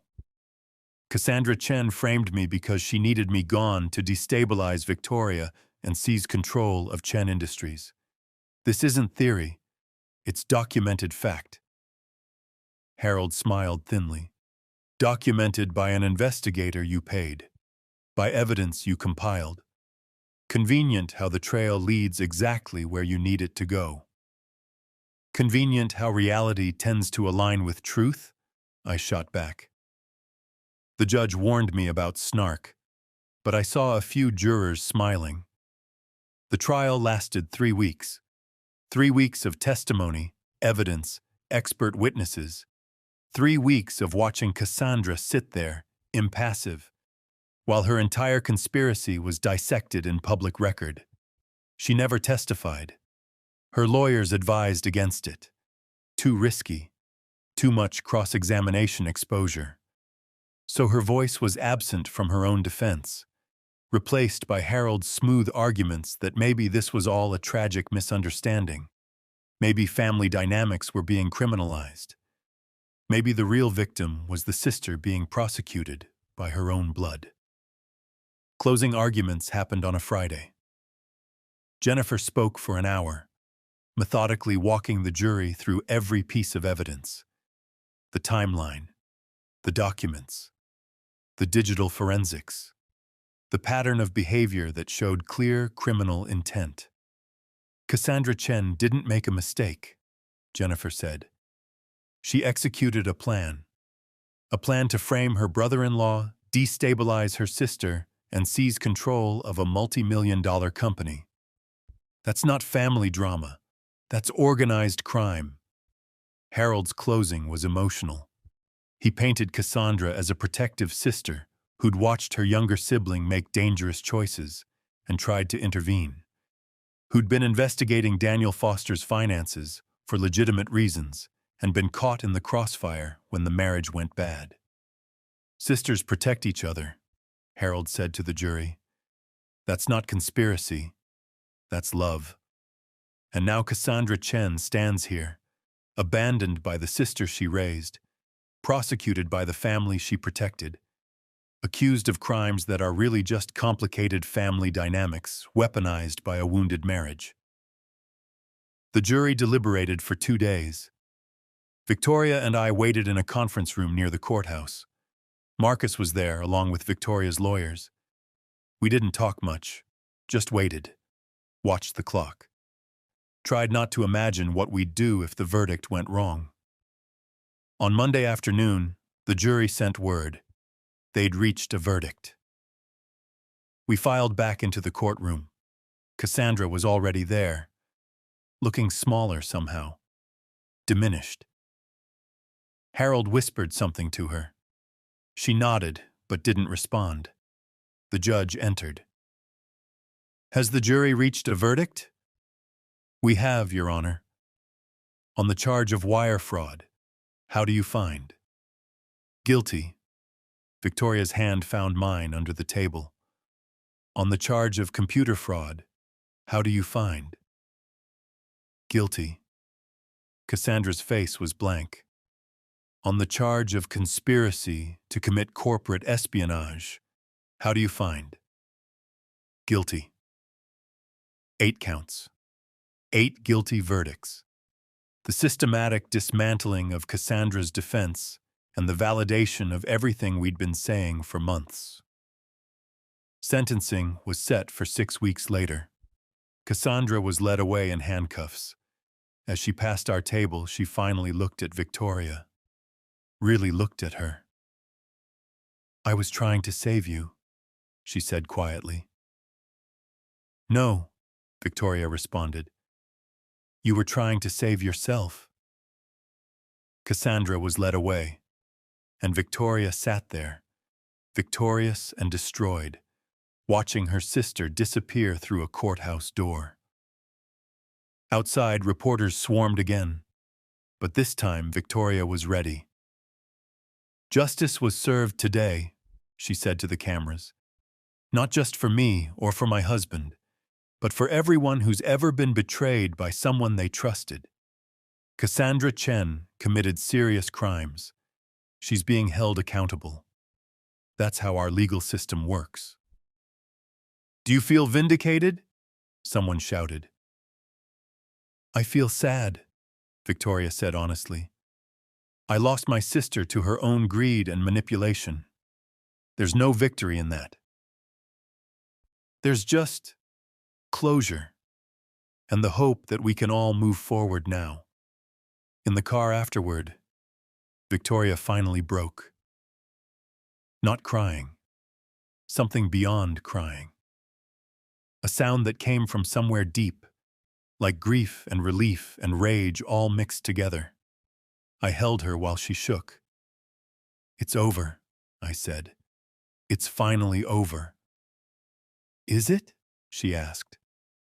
"Or is this just another beginning?" I didn't have an answer. 6 weeks later, we returned for sentencing. Cassandra looked different again. Prison jumpsuit, hair pulled back, eyes that had lost their sharp edge. The judge sentenced her to 8 years in federal prison. Restitution to be determined. Permanent ban from serving on any corporate board. Cassandra stood there while the sentence was read, and I thought about who she'd been. The protective sister. The successful entrepreneur. The woman who'd raised Victoria, and who she'd become. Convicted felon, imprisoned, the cautionary tale about what happens when ambition eats integrity. Before she was led away, Cassandra looked at Victoria one more time. "I loved you," she said.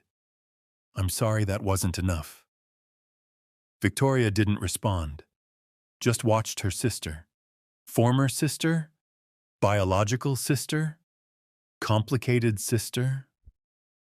Walk away. In the parking garage afterward, sitting in our car, Victoria spoke into the silence. "Do you think she meant it? The apology?" "I think she meant that she loved you," I said. "I think the rest is complicated. Everything with her is complicated. Victoria leaned her head back. 8 years. By the time she's out, I'll be 44. Will I even remember who she was to me? Who I was with her? You'll remember, huh? But maybe by then it'll hurt less. Maybe. She started the car. Or maybe it'll hurt different. Hurt is like that. It doesn't disappear. It just changes shape. We drove home in silence. Back to the apartment. Back to our life.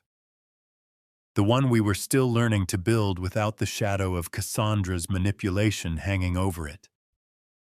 That night, Victoria slept better than she had in months. No nightmares. No waking at 3 a.m. to check her phone. Just sleep. Deep and dreamless. Progress, I thought. Not healing.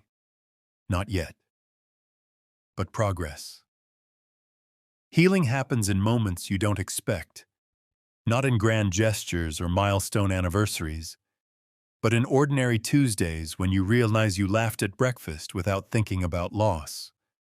In forgetting to check the news for updates on your imprisoned sister. In sleeping through the night without waking to grief.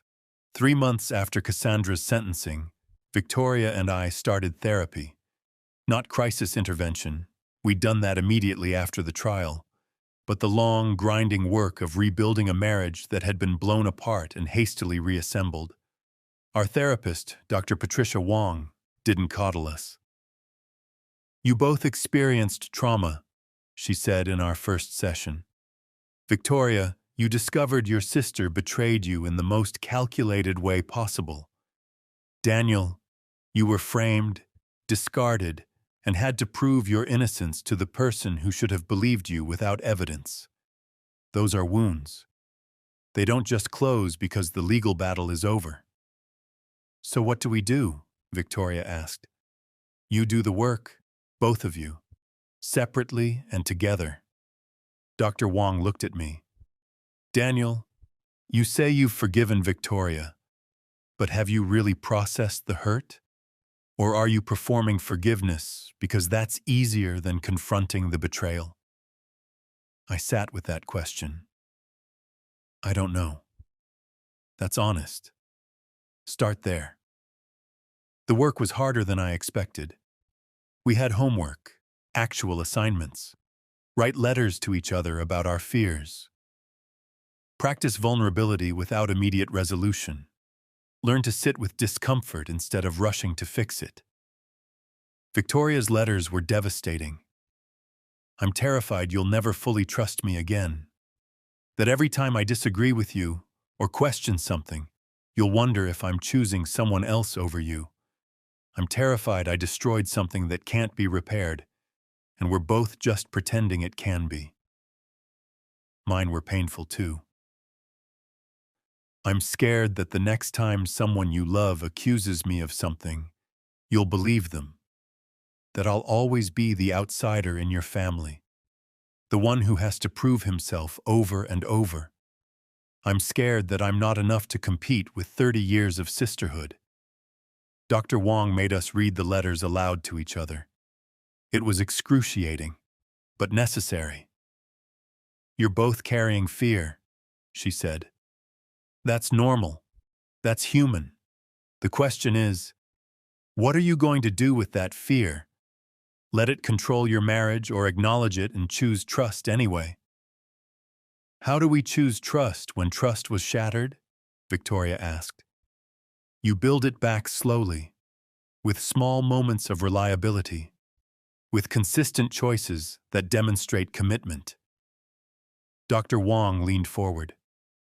Trust isn't a light switch, it's a muscle. You strengthen it over time through repeated use. So we practiced. Small things at first. Victoria made a point of asking my opinion on business decisions, then actually following my advice when it made sense.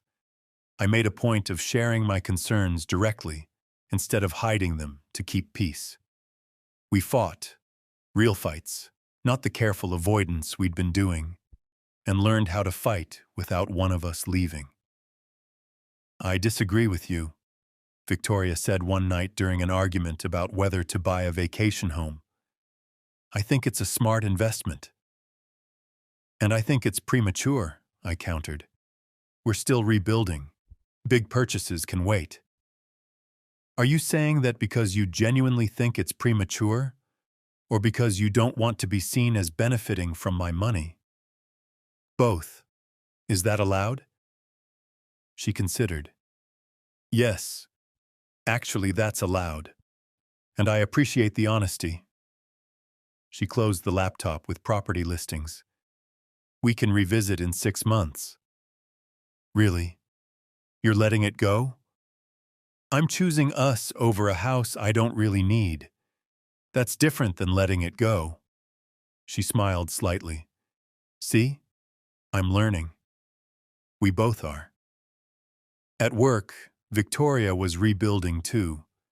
The board had fully supported her through the trial, but the company culture had been damaged.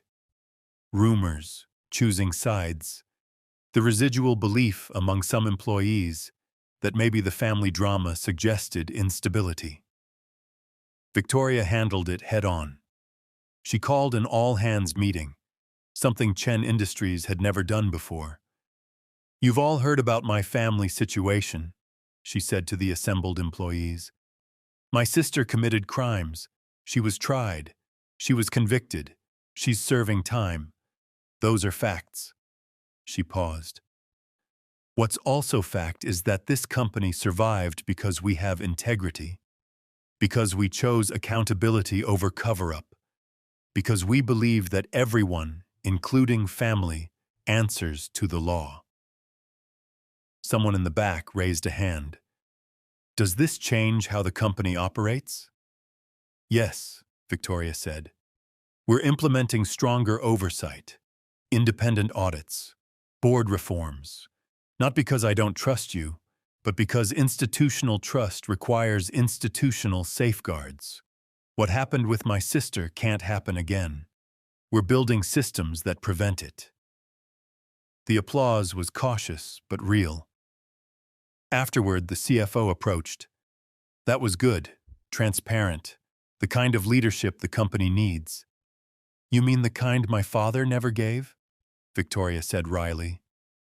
I mean the kind you're giving. Your father built this company. You're making sure it outlasts him. The CFO smiled.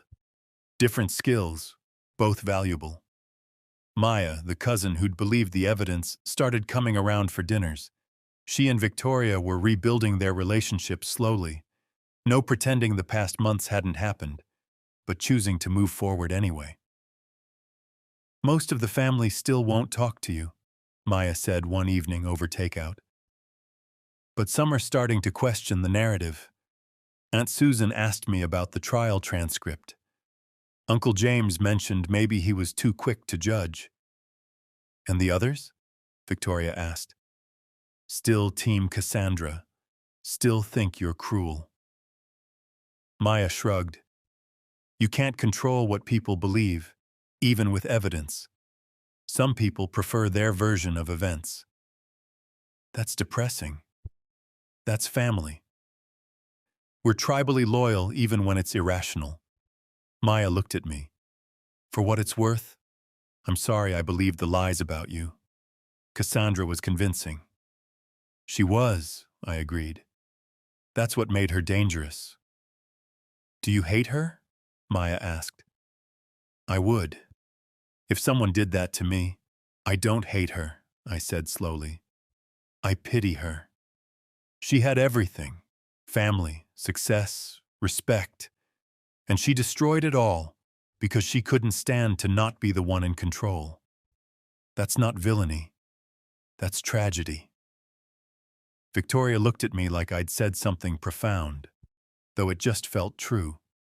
6 months after the sentencing, on a random Saturday, Victoria suggested we go to couples therapy together and then do something completely normal afterward. Like what? I asked. I don't know, miniature golf? A movie? Something people do when they're not actively processing trauma. We ended up at a museum. the modern art wing, looking at paintings that were mostly shapes and colors and emotion without narrative. "I like this," Victoria said, staring at an abstract piece. "No story, no beginning, middle, end, just existence." "You're tired of stories." "I'm tired of our story," she corrected. "The betrayal, the trial, the recovery. I want a new chapter, one that's boring and stable and doesn't involve felonies." "That sounds nice." "Does it? Or does it sound boring?" "Boring is underrated," I said. "Boring means no one's framing me for embezzlement. Boring means you're not prosecuting family members. Boring means we're just married." "Just married." She tested the phrase. "I think I'd like to try that. Being just married." We got coffee afterward. Sat in a crowded shop where no one knew who we were or what we'd been through. We're just two people having coffee on a Saturday, discussing whether the art we'd seen was profound or pretentious. "Both," Victoria decided. "It's both. That's allowed." "Like how your sister was both protective and toxic." "Yes, exactly like that." She stirred her coffee. "Dr. Wong says I need to accept that both things can be true. That Cassandra genuinely loved me and genuinely betrayed me. That the protection was real and the manipulation was real. Can you accept that?" "I'm trying. Some days are easier than others." She looked at me. "Like some days I'm completely fine and some days I wake up and remember that I testified against my own sister, and I feel like a monster." "You're not a monster." "I know. Intellectually. But knowing and feeling are different things." "That's very therapy of you." She laughed. Actually laughed. "I'm becoming one of those people who says things like, sitting with discomfort and emotional truth unironically. I married a CEO. I'm getting a therapized CEO. It's an upgrade." "Is it though?" "Absolutely. You're more emotionally available now. Less likely to make decisions based on what you think you should do versus what you actually want." "What I actually want," Victoria said slowly, "is to wake up one day and not think about Cassandra. To not wonder how she's doing in prison, if she's okay, if she regrets what she did. To just move on." "That day will come." "When?" "I don't know. But it will. And until then, we keep doing this. Therapy, boring Saturdays, rebuilding." I reached across the table, took her hand. "We keep choosing each other. Even when it's hard?" "Especially when it's hard." 1 year after the trial, Victoria and I renewed our vows. Not a big ceremony, just Dr. Wong officiating in her office, Maya as witness, Marcus there because he'd become an unexpected friend through all of this. "Marriage vows the first time are aspirational," Dr. Wong said. "You promise to love in sickness and health, for better or worse. But you don't really know what worse looks like. Now you do, now you're promising with full knowledge of what that promise costs." Victoria spoke first. "Daniel, I threw you out. I chose wrong. I let someone manipulate me into betraying you. Those are facts. And I'm promising you, really promising with full understanding, that I will never do that again. That I've learned. That if we face another crisis, I'll choose us first. I'll listen first. I'll trust what we've built before I trust what others tell me to believe." My turn. "Victoria, I forgive you. Really, completely forgive you. Not performing it, not saying it to keep peace. I genuinely forgive you for a mistake made under extraordinary manipulation. And I promise that I won't hold that mistake over you. That I won't use it as leverage or bring it up in fights or let it poison what we're building. We're starting fresh, with history, but not hostage to it. Dr. Wong smiled. That's better than most wedding vows I hear. You're promising with scars. That's the realest kind of promise there is. We signed papers, not legally binding, just ceremonial, but it felt significant, like drawing a line between who we'd been and who we were becoming. Marcus gave us an envelope afterward. Wedding present, open it later. Inside was a flash drive labeled "For Closure" and a note. This is every piece of evidence from the case, everything that proved your innocence and her guilt. I suggest you look at it one final time, then decide what to do with it. Keep it, destroy it, lock it away. But make a conscious choice. Don't let it haunt you. That night, Victoria and I sat with the flash drive. We could destroy it, she said. Literal closure. Or we could keep it. Reminder of what we survived. Or we could just put it away. In a safe deposit box. Available if we need it, but not present in our daily lives. That feels right, I said. So that's what we did. Locked away the evidence of the worst period of our lives. Accessible but absent. Part of our story, but not the whole story. 2 years after the sentencing, Victoria got a letter from Cassandra, first contact since the trial. Dear Victoria, I've had a lot of time to think about what I did, about why I did it, about who I became. My therapist here says I have control issues stemming from having to be the adult at 9 years old, that I never learned how to not be in charge, to not be responsible for everything and everyone. That I saw your independence as betrayal, your happiness as threat.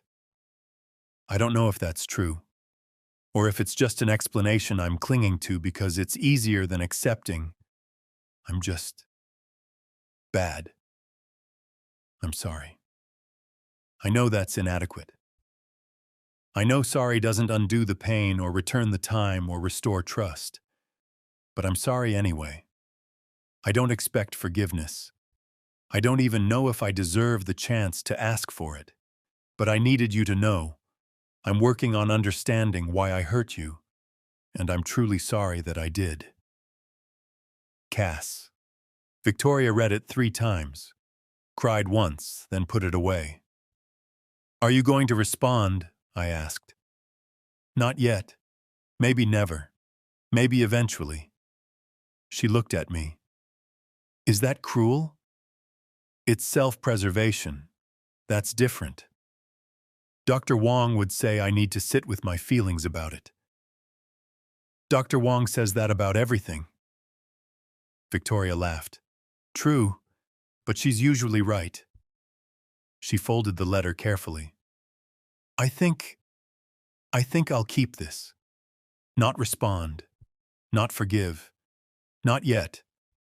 But acknowledge that she wrote it. That's enough for now. That's very healthy of you.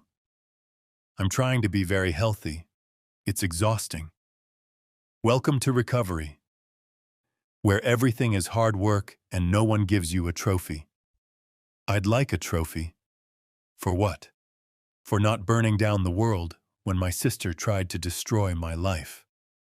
She smiled slightly. That deserves recognition. Agreed. You want me to make you a trophy? Can you do that? I'm an architect. I can design things. Whether I can physically create them is different. That's fair. She leaned against me. You know what's weird? I miss her. Even after everything, even knowing what she did. I miss my sister. The one who existed before all this. Or maybe she never existed. Maybe I just miss the idea of her. Both can be true. Everything is both, Victoria said. That's what I've learned. People are complicated. Truth is complicated. Recovery is complicated. Nothing is simple except our choice to keep trying. That's very wise. That's very therapized. We sat there in our apartment, our reclaimed space, our rebuilt life, and I thought about revenge. How I'd imagined it would feel when Cassandra was convicted. I'd thought there would be triumph, victory, the satisfaction of being vindicated. Instead, there was just quiet, the soft sadness of a family broken, the relief of truth acknowledged, the long, unglamorous work of rebuilding trust brick by brick. Revenge, I realized, wasn't about destruction. It was about survival, about refusing to be erased by someone's lies, about holding on to truth and dignity until everyone else was forced to see it too. Cassandra wanted me gone, wanted me blamed, wanted me to disappear quietly. Instead, I was here, married, trusted, building a life with Victoria that was stronger for being tested. That was the revenge, not her imprisonment. That was just accountability. The real revenge was this.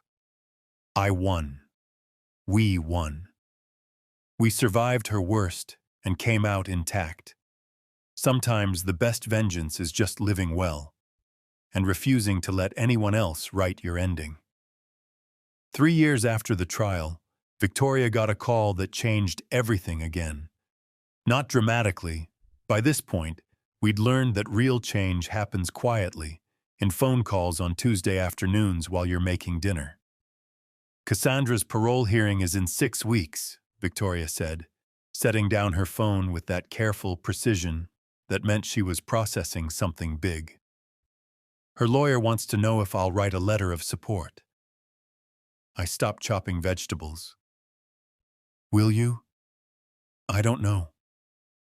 She sat at the kitchen counter, the same counter where she'd once confronted me with false accusations, where we'd rebuilt our marriage one difficult conversation at a time.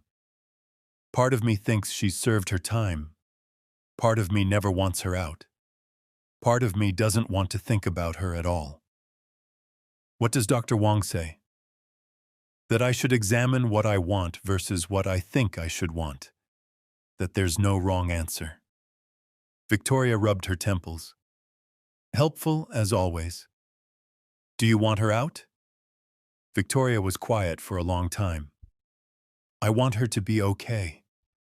I want her to have learned something. I want her to not be the person who framed my husband and tried to steal my company. She looked at me. But I don't know if I want her in my life again. Is that terrible? It's honest. Honest feels terrible sometimes. Over the next week, Victoria wrestled with the decision. She read Cassandra's letter again, the apology she'd never responded to. She talked to Maya, who'd been exchanging occasional emails with Cassandra. She sat in therapy and cried about missing a sister who maybe never existed the way she'd remembered. Maya says Cassandra's different, Victoria told me one night. That prison changed her, made her less controlling, more aware of how she hurt people. People say a lot of things to get parole. I know, but Maya visited her, saw her in person, said it felt genuine. And you? Do you want to see her? Victoria shook her head immediately. No, not yet. Maybe not ever. But I don't want her in prison forever either. I just want... She stopped. I want her to have a life that doesn't intersect with mine. Is that possible? I don't know. She's your sister. That's hard to completely separate from. Half the family still won't talk to me because I prosecuted her. The other half won't talk to her because they finally believed the evidence. We fractured everyone. Victoria's voice was heavy. Sometimes I wonder if it was worth it. If truth was worth destroying a family. You didn't destroy the family. Cassandra did. You just refused to let her get away with it. That distinction doesn't comfort me as much as it should. I pulled her close. 3 years of rebuilding had taught me when to offer solutions and when to just hold space for the pain. This was a holding space moment. Victoria decided to write the letter, not because she'd forgiven everything. Dr. Wong was adamant that forgiveness wasn't required, but because she believed in rehabilitation, in the possibility that people could change, even people who'd hurt you. To the parole board, my name is Victoria Chen, and I am the victim in Cassandra Chen's case. I am writing neither to advocate for nor against her parole, but to provide context as you make your decision. My sister committed serious crimes against me, my husband, and my company.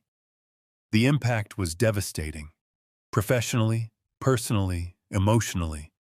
I testified honestly at her trial, and I stand by that testimony. However, I also believe in the possibility of change. Cassandra has served 3 years of her sentence.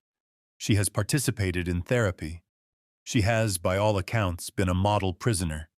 If she is granted parole, I would request that she maintain distance from me and my family, not out of fear, but out of necessity for my own healing.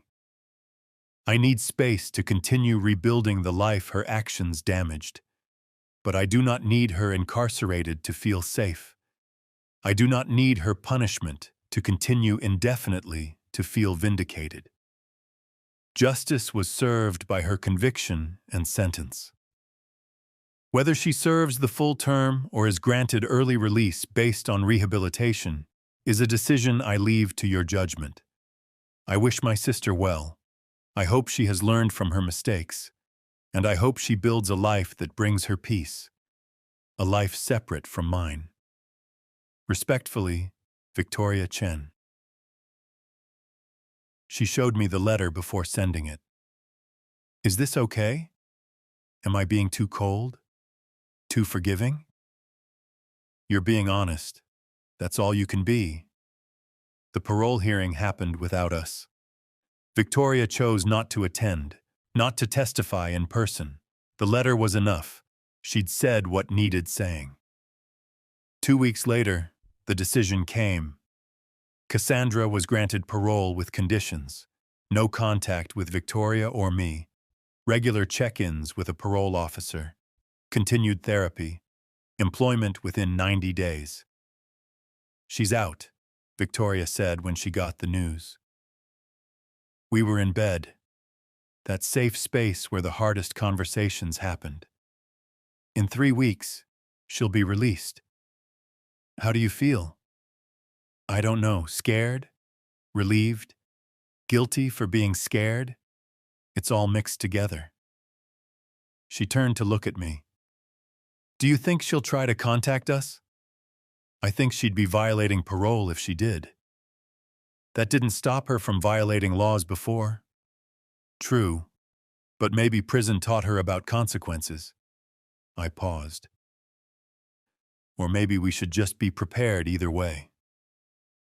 We talked to Marcus about security.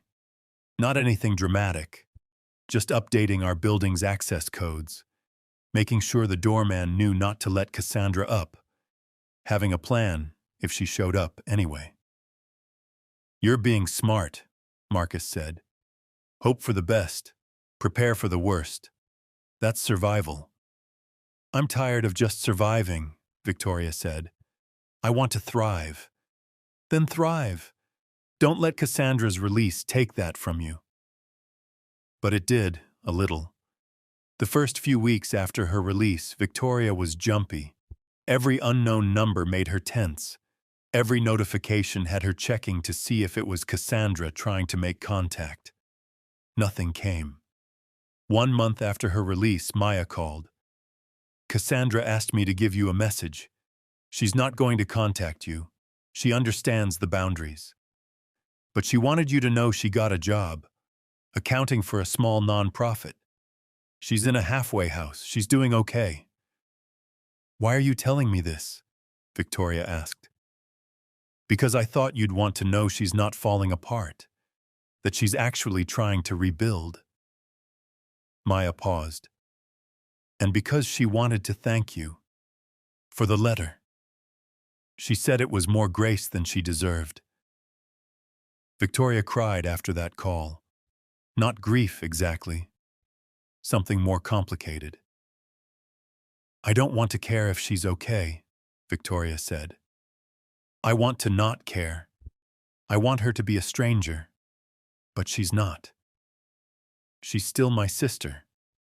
And part of me is relieved she's surviving. That's not weakness. That's humanity. It feels like weakness.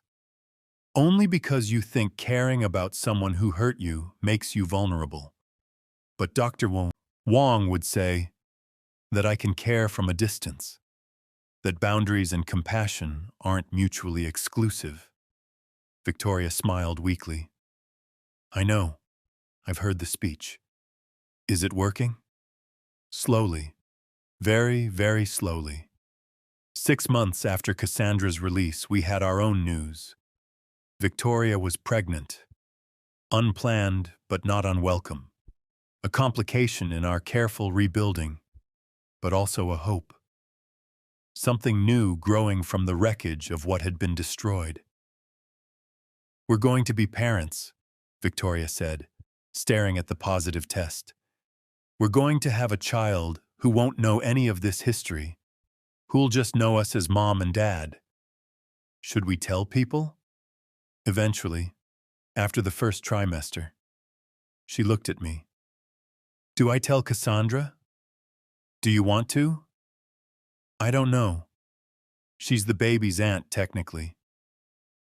But she's also everything else. Victoria set down the test. Can I make that decision later? You can make every decision later. There's no rush. But later came sooner than expected. Maya, in her excitement, let it slip during one of her calls with Cassandra. And Cassandra, despite the no-contact order, sent a package. Not to us directly, to Maya, to forward if we wanted. Inside was a handmade baby blanket, clearly crocheted during her time in prison, the kind of hobby inmates take up to pass time, blue and yellow and soft. And a note. I don't expect anything. I just wanted your child to have something from their aunt, even an aunt who won't be part of their life. Congratulations. You'll be wonderful parents. See, Victoria held that blanket for 20 minutes, crying silently. She made this in prison, Victoria said finally, with her own hands, for a baby she'll never meet, because she knows the boundaries. She knows she can't be part of this. What do you want to do with it? Keep it. Use it. Let our child be wrapped in something made with love, even complicated love. Even love from someone who hurt us. She looked at me. Is that wrong? I think it's human. I think you're allowed to hold both truths, that Cassandra hurt you terribly and that she still loves you in her broken way. Dr. Wong would be proud of this analysis. We're learning. Our daughter was born 7 months later, Sophia, named after Victoria's mother, the grandmother she'd never meet. She was perfect, tiny and loud, and completely unaware of the complicated history that had brought her parents to this moment. Victoria held her in the hospital room, and I saw something shift in her expression. Not forgetting the past, that would never happen, but moving beyond it. Building something new that wasn't defined by what had been destroyed. She'll never know any of this, Victoria whispered. Unless we tell her. And maybe we won't. Maybe we'll just let her know that family is complicated, that people make mistakes, that we all do our best. We could tell her the truth when she's older. Maybe. Or maybe we protect her from it. Let her have an uncomplicated childhood. Victoria looked at me. What do you think? I think we tell her age-appropriate truths as she grows. That she has an aunt who made mistakes and lives far away. That families are complicated, Ma. That forgiveness is hard and boundaries are important and love isn't always enough to fix things. That's very wise for someone running on no sleep. Parenthood is clarifying. 3 weeks after Sophia was born, another package arrived from Maya. Another gift from Cassandra. A children's book about sisters. Inscription inside. For Sophia. May she never know the mistakes her aunt made. May she be surrounded by people who choose her, protect her, and never manipulate her. With love and regret, Aunt Cassandra. Victoria read it once, cried, then put it on a shelf. When Sophia asks about her aunt someday, I'll give her this, and I'll tell her the truth, that people are complicated, that her aunt loved me and hurt me, that both things are real. And what will you tell her about us? About what we survived? I'll tell her that her parents loved each other enough to fight through the worst thing that ever happened to them. That we chose each other over and over even when it was hard. That marriage isn't about never being hurt. It's about deciding the person who hurt you is worth healing with. That's beautiful. That's therapy. I'm just quoting Dr. Wong at this point. I laughed. Sophia stirred in Victoria's arms but didn't wake. Outside our window, the city moved on. Somewhere in it, Cassandra was living her life in a halfway house, working at her nonprofit, attending mandated therapy sessions, building a life separate from ours, respecting boundaries she'd violated years ago. And we were here, in our apartment, our family of 3, rebuilt and different and stronger for the breaking. Do you ever regret it? Victoria asked quietly. Staying with me? Fighting for us? All of it? Never, I said. Not once. Even when it was hard? Especially when it was hard. That's when it mattered most. She smiled. Dr. Wong would approve of that answer. Dr. Wong approves of everything we do now. We're her success story. We earned it. We did. Sophia yawned in her sleep, and we both watched her. This tiny person who represented our future, not our past. Who'd grow up knowing love and boundaries and the complicated truth that people can hurt you and you can still survive. Can still thrive. 5 years after the trial, we got the invitation. Maya was getting married, and she wanted both Victoria and Cassandra at the wedding. She's asking the impossible, Victoria said, reading the handwritten note that had come with the formal invitation. I know this is hard, but you're both my family. I'm getting married only once, and I want everyone I love there. I'm not asking you to reconcile, just to coexist for one day. Please, for me. Maya. You don't have to go, I said. Yes, I do. Maya believed the evidence when no one else did. Maya maintained relationship with both of us. I owe her this. Victoria set down the note. But I'm terrified. We'll prepare. We'll have an exit plan. We'll make it work. Will we? Can I really be in the same room with her after everything? You've been in a courtroom with her. A wedding should be easier. A courtroom had rules, structure. A wedding has emotion and family and alcohol. That's much more dangerous. She wasn't wrong. We talked to Dr. Wong about it. By now, our sessions were monthly maintenance rather than crisis intervention. But this felt crisis-adjacent enough to warrant discussion. What's your biggest fear? Dr. Wong asked Victoria. That I'll see her and fall apart. Or worse, that I'll see her and feel nothing. Both options feel wrong. Why does feeling nothing feel wrong? Because she's my sister. She raised me. Even after everything, shouldn't there be something? Should is a complicated word, Dr. Wong said. Let's focus on what is. If you see Cassandra at this wedding, what do you actually want to happen? Victoria thought about that. I want to coexist peacefully. Exchange basic pleasantries if necessary. Not make Maya's day about our drama. Then leave and not think about it again. That's reasonable. Achievable even. Dr. Wong looked at me. Daniel, what about you? What are you afraid of?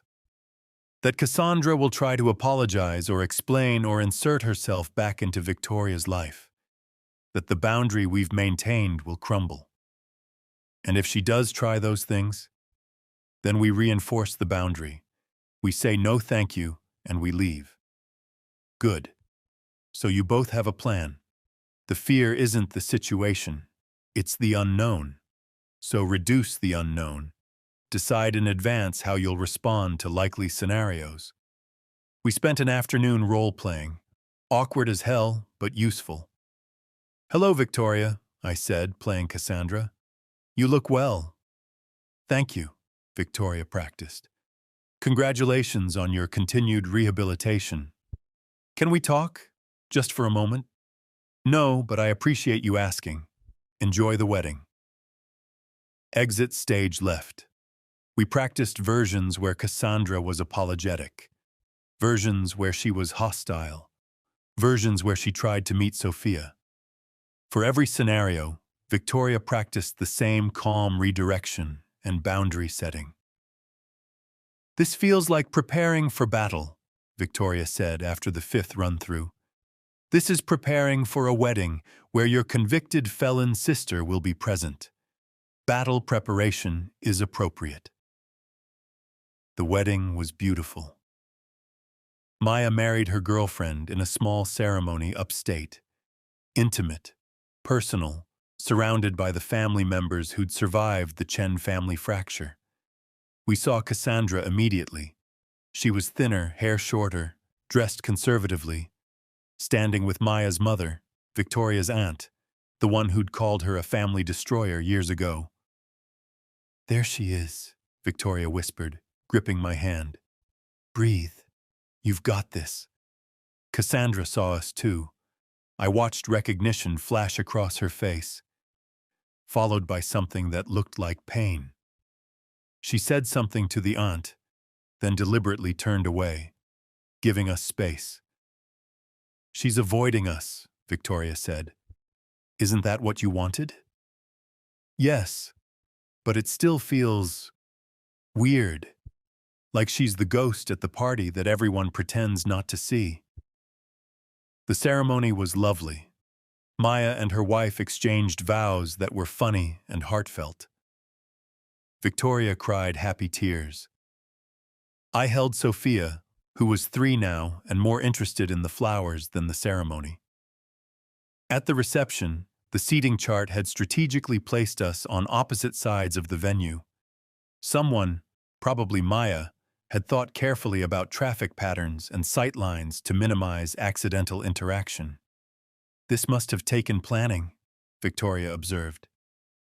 Emotional logistics. Maya's gift is managing complicated people with grace. A useful skill in this family.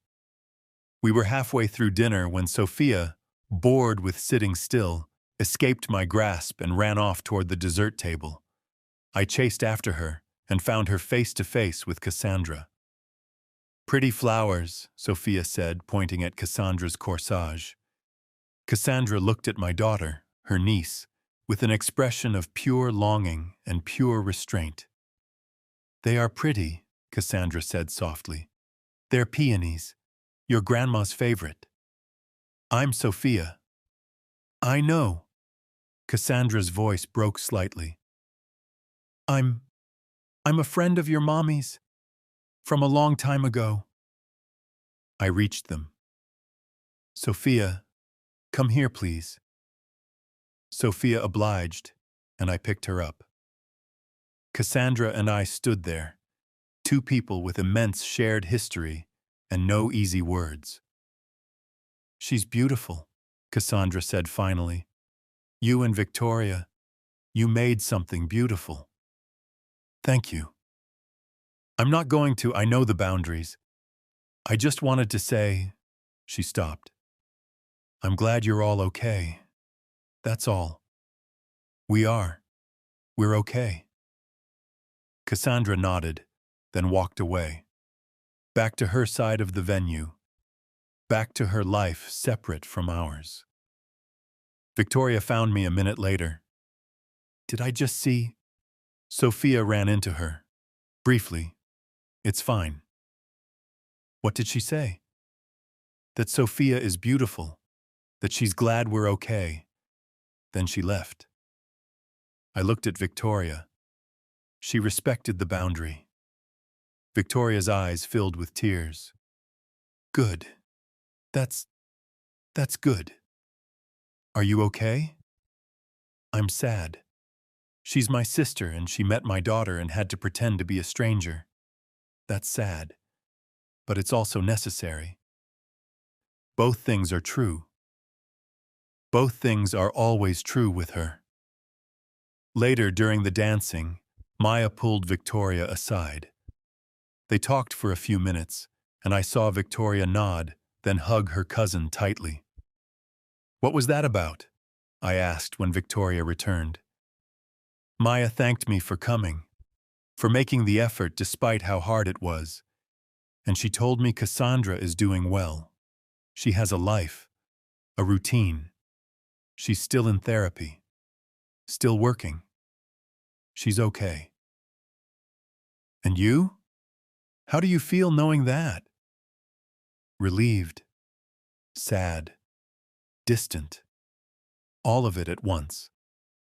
Victoria took my hand, but mostly relieved. I don't need her to suffer. I just needed her to change. And maybe she has. Maybe she has.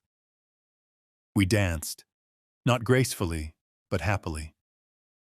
Sophia danced with us, standing on my feet like children do.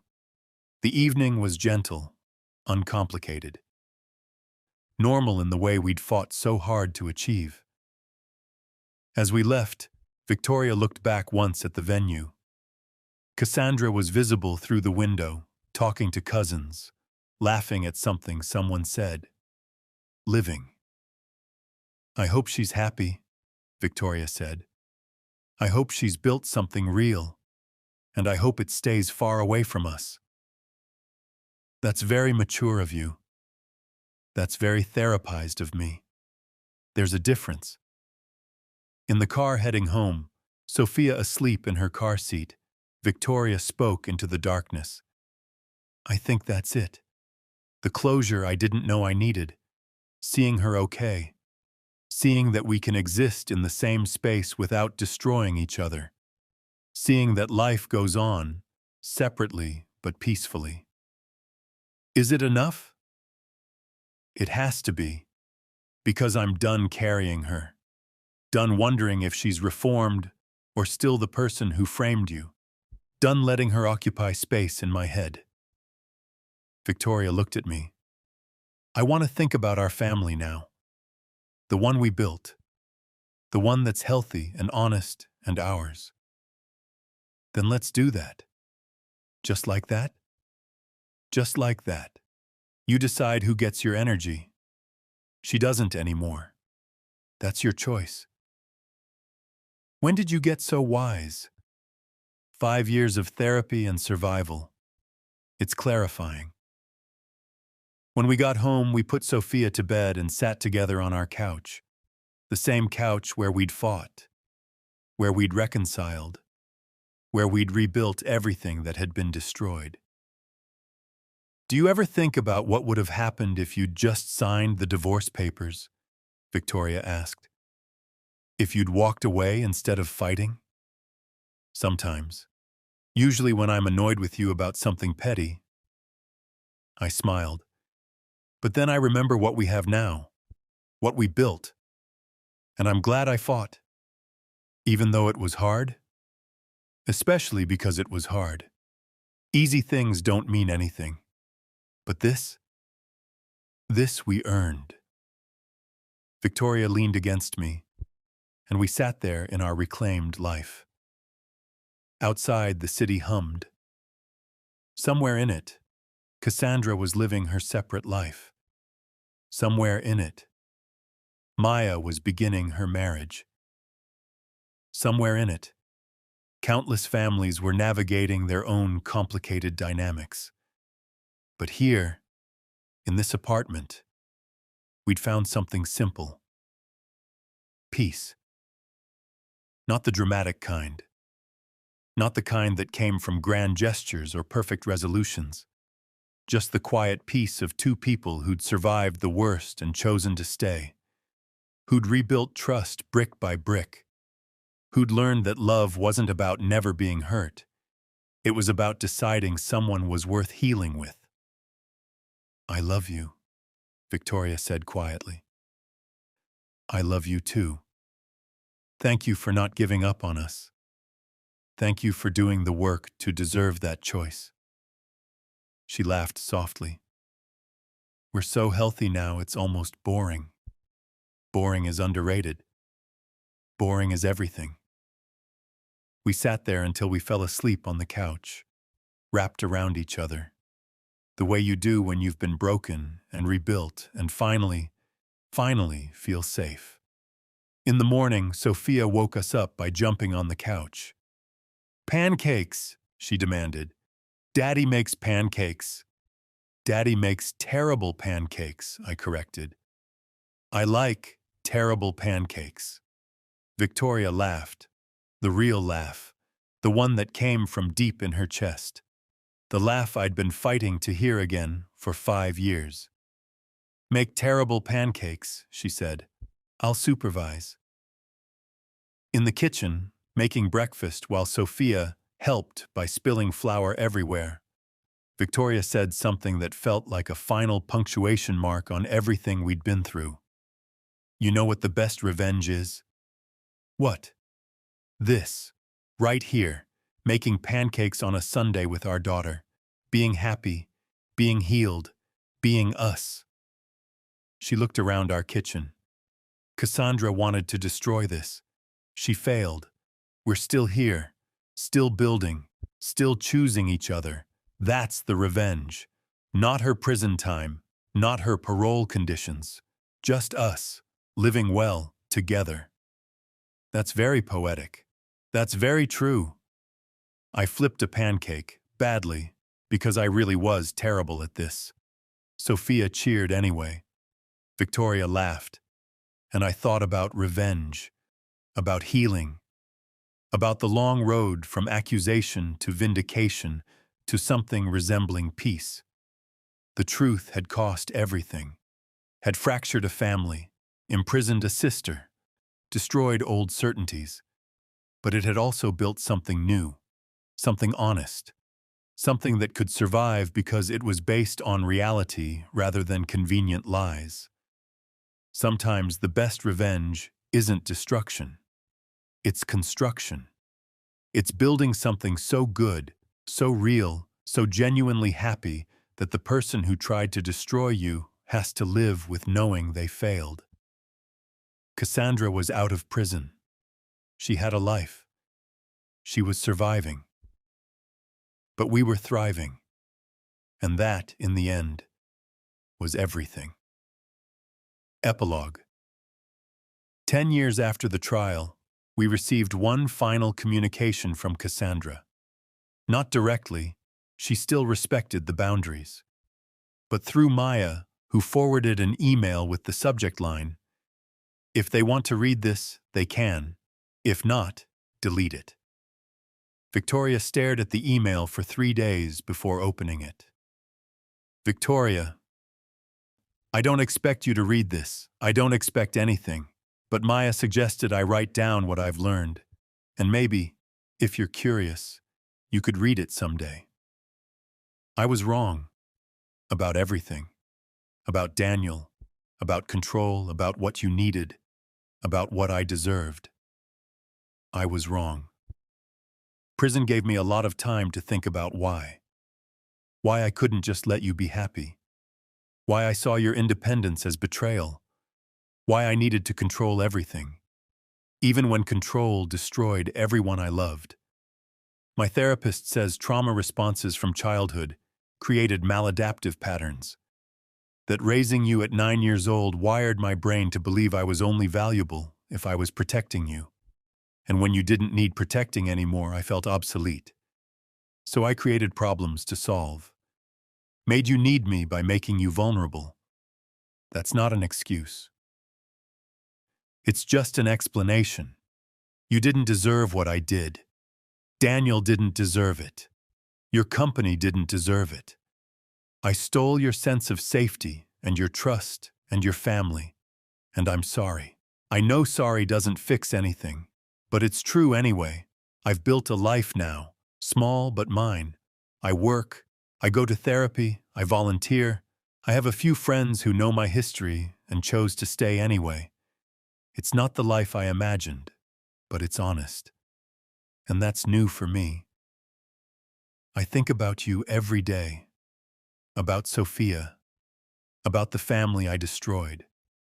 About the sister I was supposed to be versus the one I became. I hope you're happy. I hope Daniel is good to you. I know he is, because he fought for you when I tried to destroy everything. I hope Sophia grows up surrounded by people who choose her genuinely, not people who manipulate her to serve their needs. I hope someday, not now, maybe never, but someday, you might think of me without anger, not with forgiveness necessarily, just without pain. That would be enough. I love you. I always did. I just didn't know how to love without control. And that wasn't love at all. Your sister, Cassandra Victoria, read it twice, cried once, then closed the laptop. What do you think? She asked me. I think she means it. I think prison genuinely changed her. And I think it doesn't change anything for us. It doesn't, does it? We're still us. She's still her. The boundaries stay. Unless you want them to change. Victoria considered that. Maybe in another decade, when Sophia's older, when more time has passed. Maybe then I'll be ready for supervised, limited contact. But not now. Now I'm still protecting what we built. Yes, exactly that. She never responded to the email, but she didn't delete it either. Saved it in a folder labeled, "Someday Maybe." An acknowledgement that people can change, that forgiveness might be possible, the future could hold something different than the past. But for now, for today, for this decade, we chose us. Chose the life we'd built from wreckage. Chose the family we'd created with intention. Chose peace over drama, boundaries over obligation, healing over premature reconciliation. Sophia grew up knowing she had an aunt she'd never meet, knowing that families are complicated, knowing that love sometimes means distance, and knowing that her parents loved each other enough to fight through the impossible and come out stronger. Victoria ran Chen Industries for another 20 years before retiring to focus on philanthropy. I designed affordable housing communities and taught architecture at the university. We had another child, a son, who we named after Victoria's father. We grew old together. Not perfectly. We still fought, still went to therapy, still had moments where old wounds ached in the weather. But we stayed. We chose each other, over and over, in big ways and small. And somewhere, in a different part of the city, Cassandra lived her separate life. We heard updates occasionally through Maya, Cassandra got promoted. Cassandra fell in love. Cassandra fell out of love. Cassandra volunteered with at-risk youth, using her story as cautionary tale. She lived. We lived. Separately. Peacefully. And that was enough. That was everything. Because the best revenge isn't destruction or reconciliation or dramatic confrontation. It's surviving what tried to destroy you. It's building something beautiful from the wreckage. It's choosing truth even when it costs everything. It's waking up 20 years later, surrounded by the life you fought for, and realizing you won. Not because your enemy suffered, but because you didn't. You survived. You thrived. You built something real. And that, in the end, is the only revenge worth having. If you've ever had to prove yourself innocent, if you've ever been betrayed by family, if you've ever chosen truth over convenience, you know this story isn't really about revenge. It's about dignity, about refusing to accept someone else's narrative of who you are, about holding on to yourself when everyone is telling you to let go. The truth is expensive, but lies cost more. Choose wisely, and when you choose truth, hold on tight. It's worth the fight.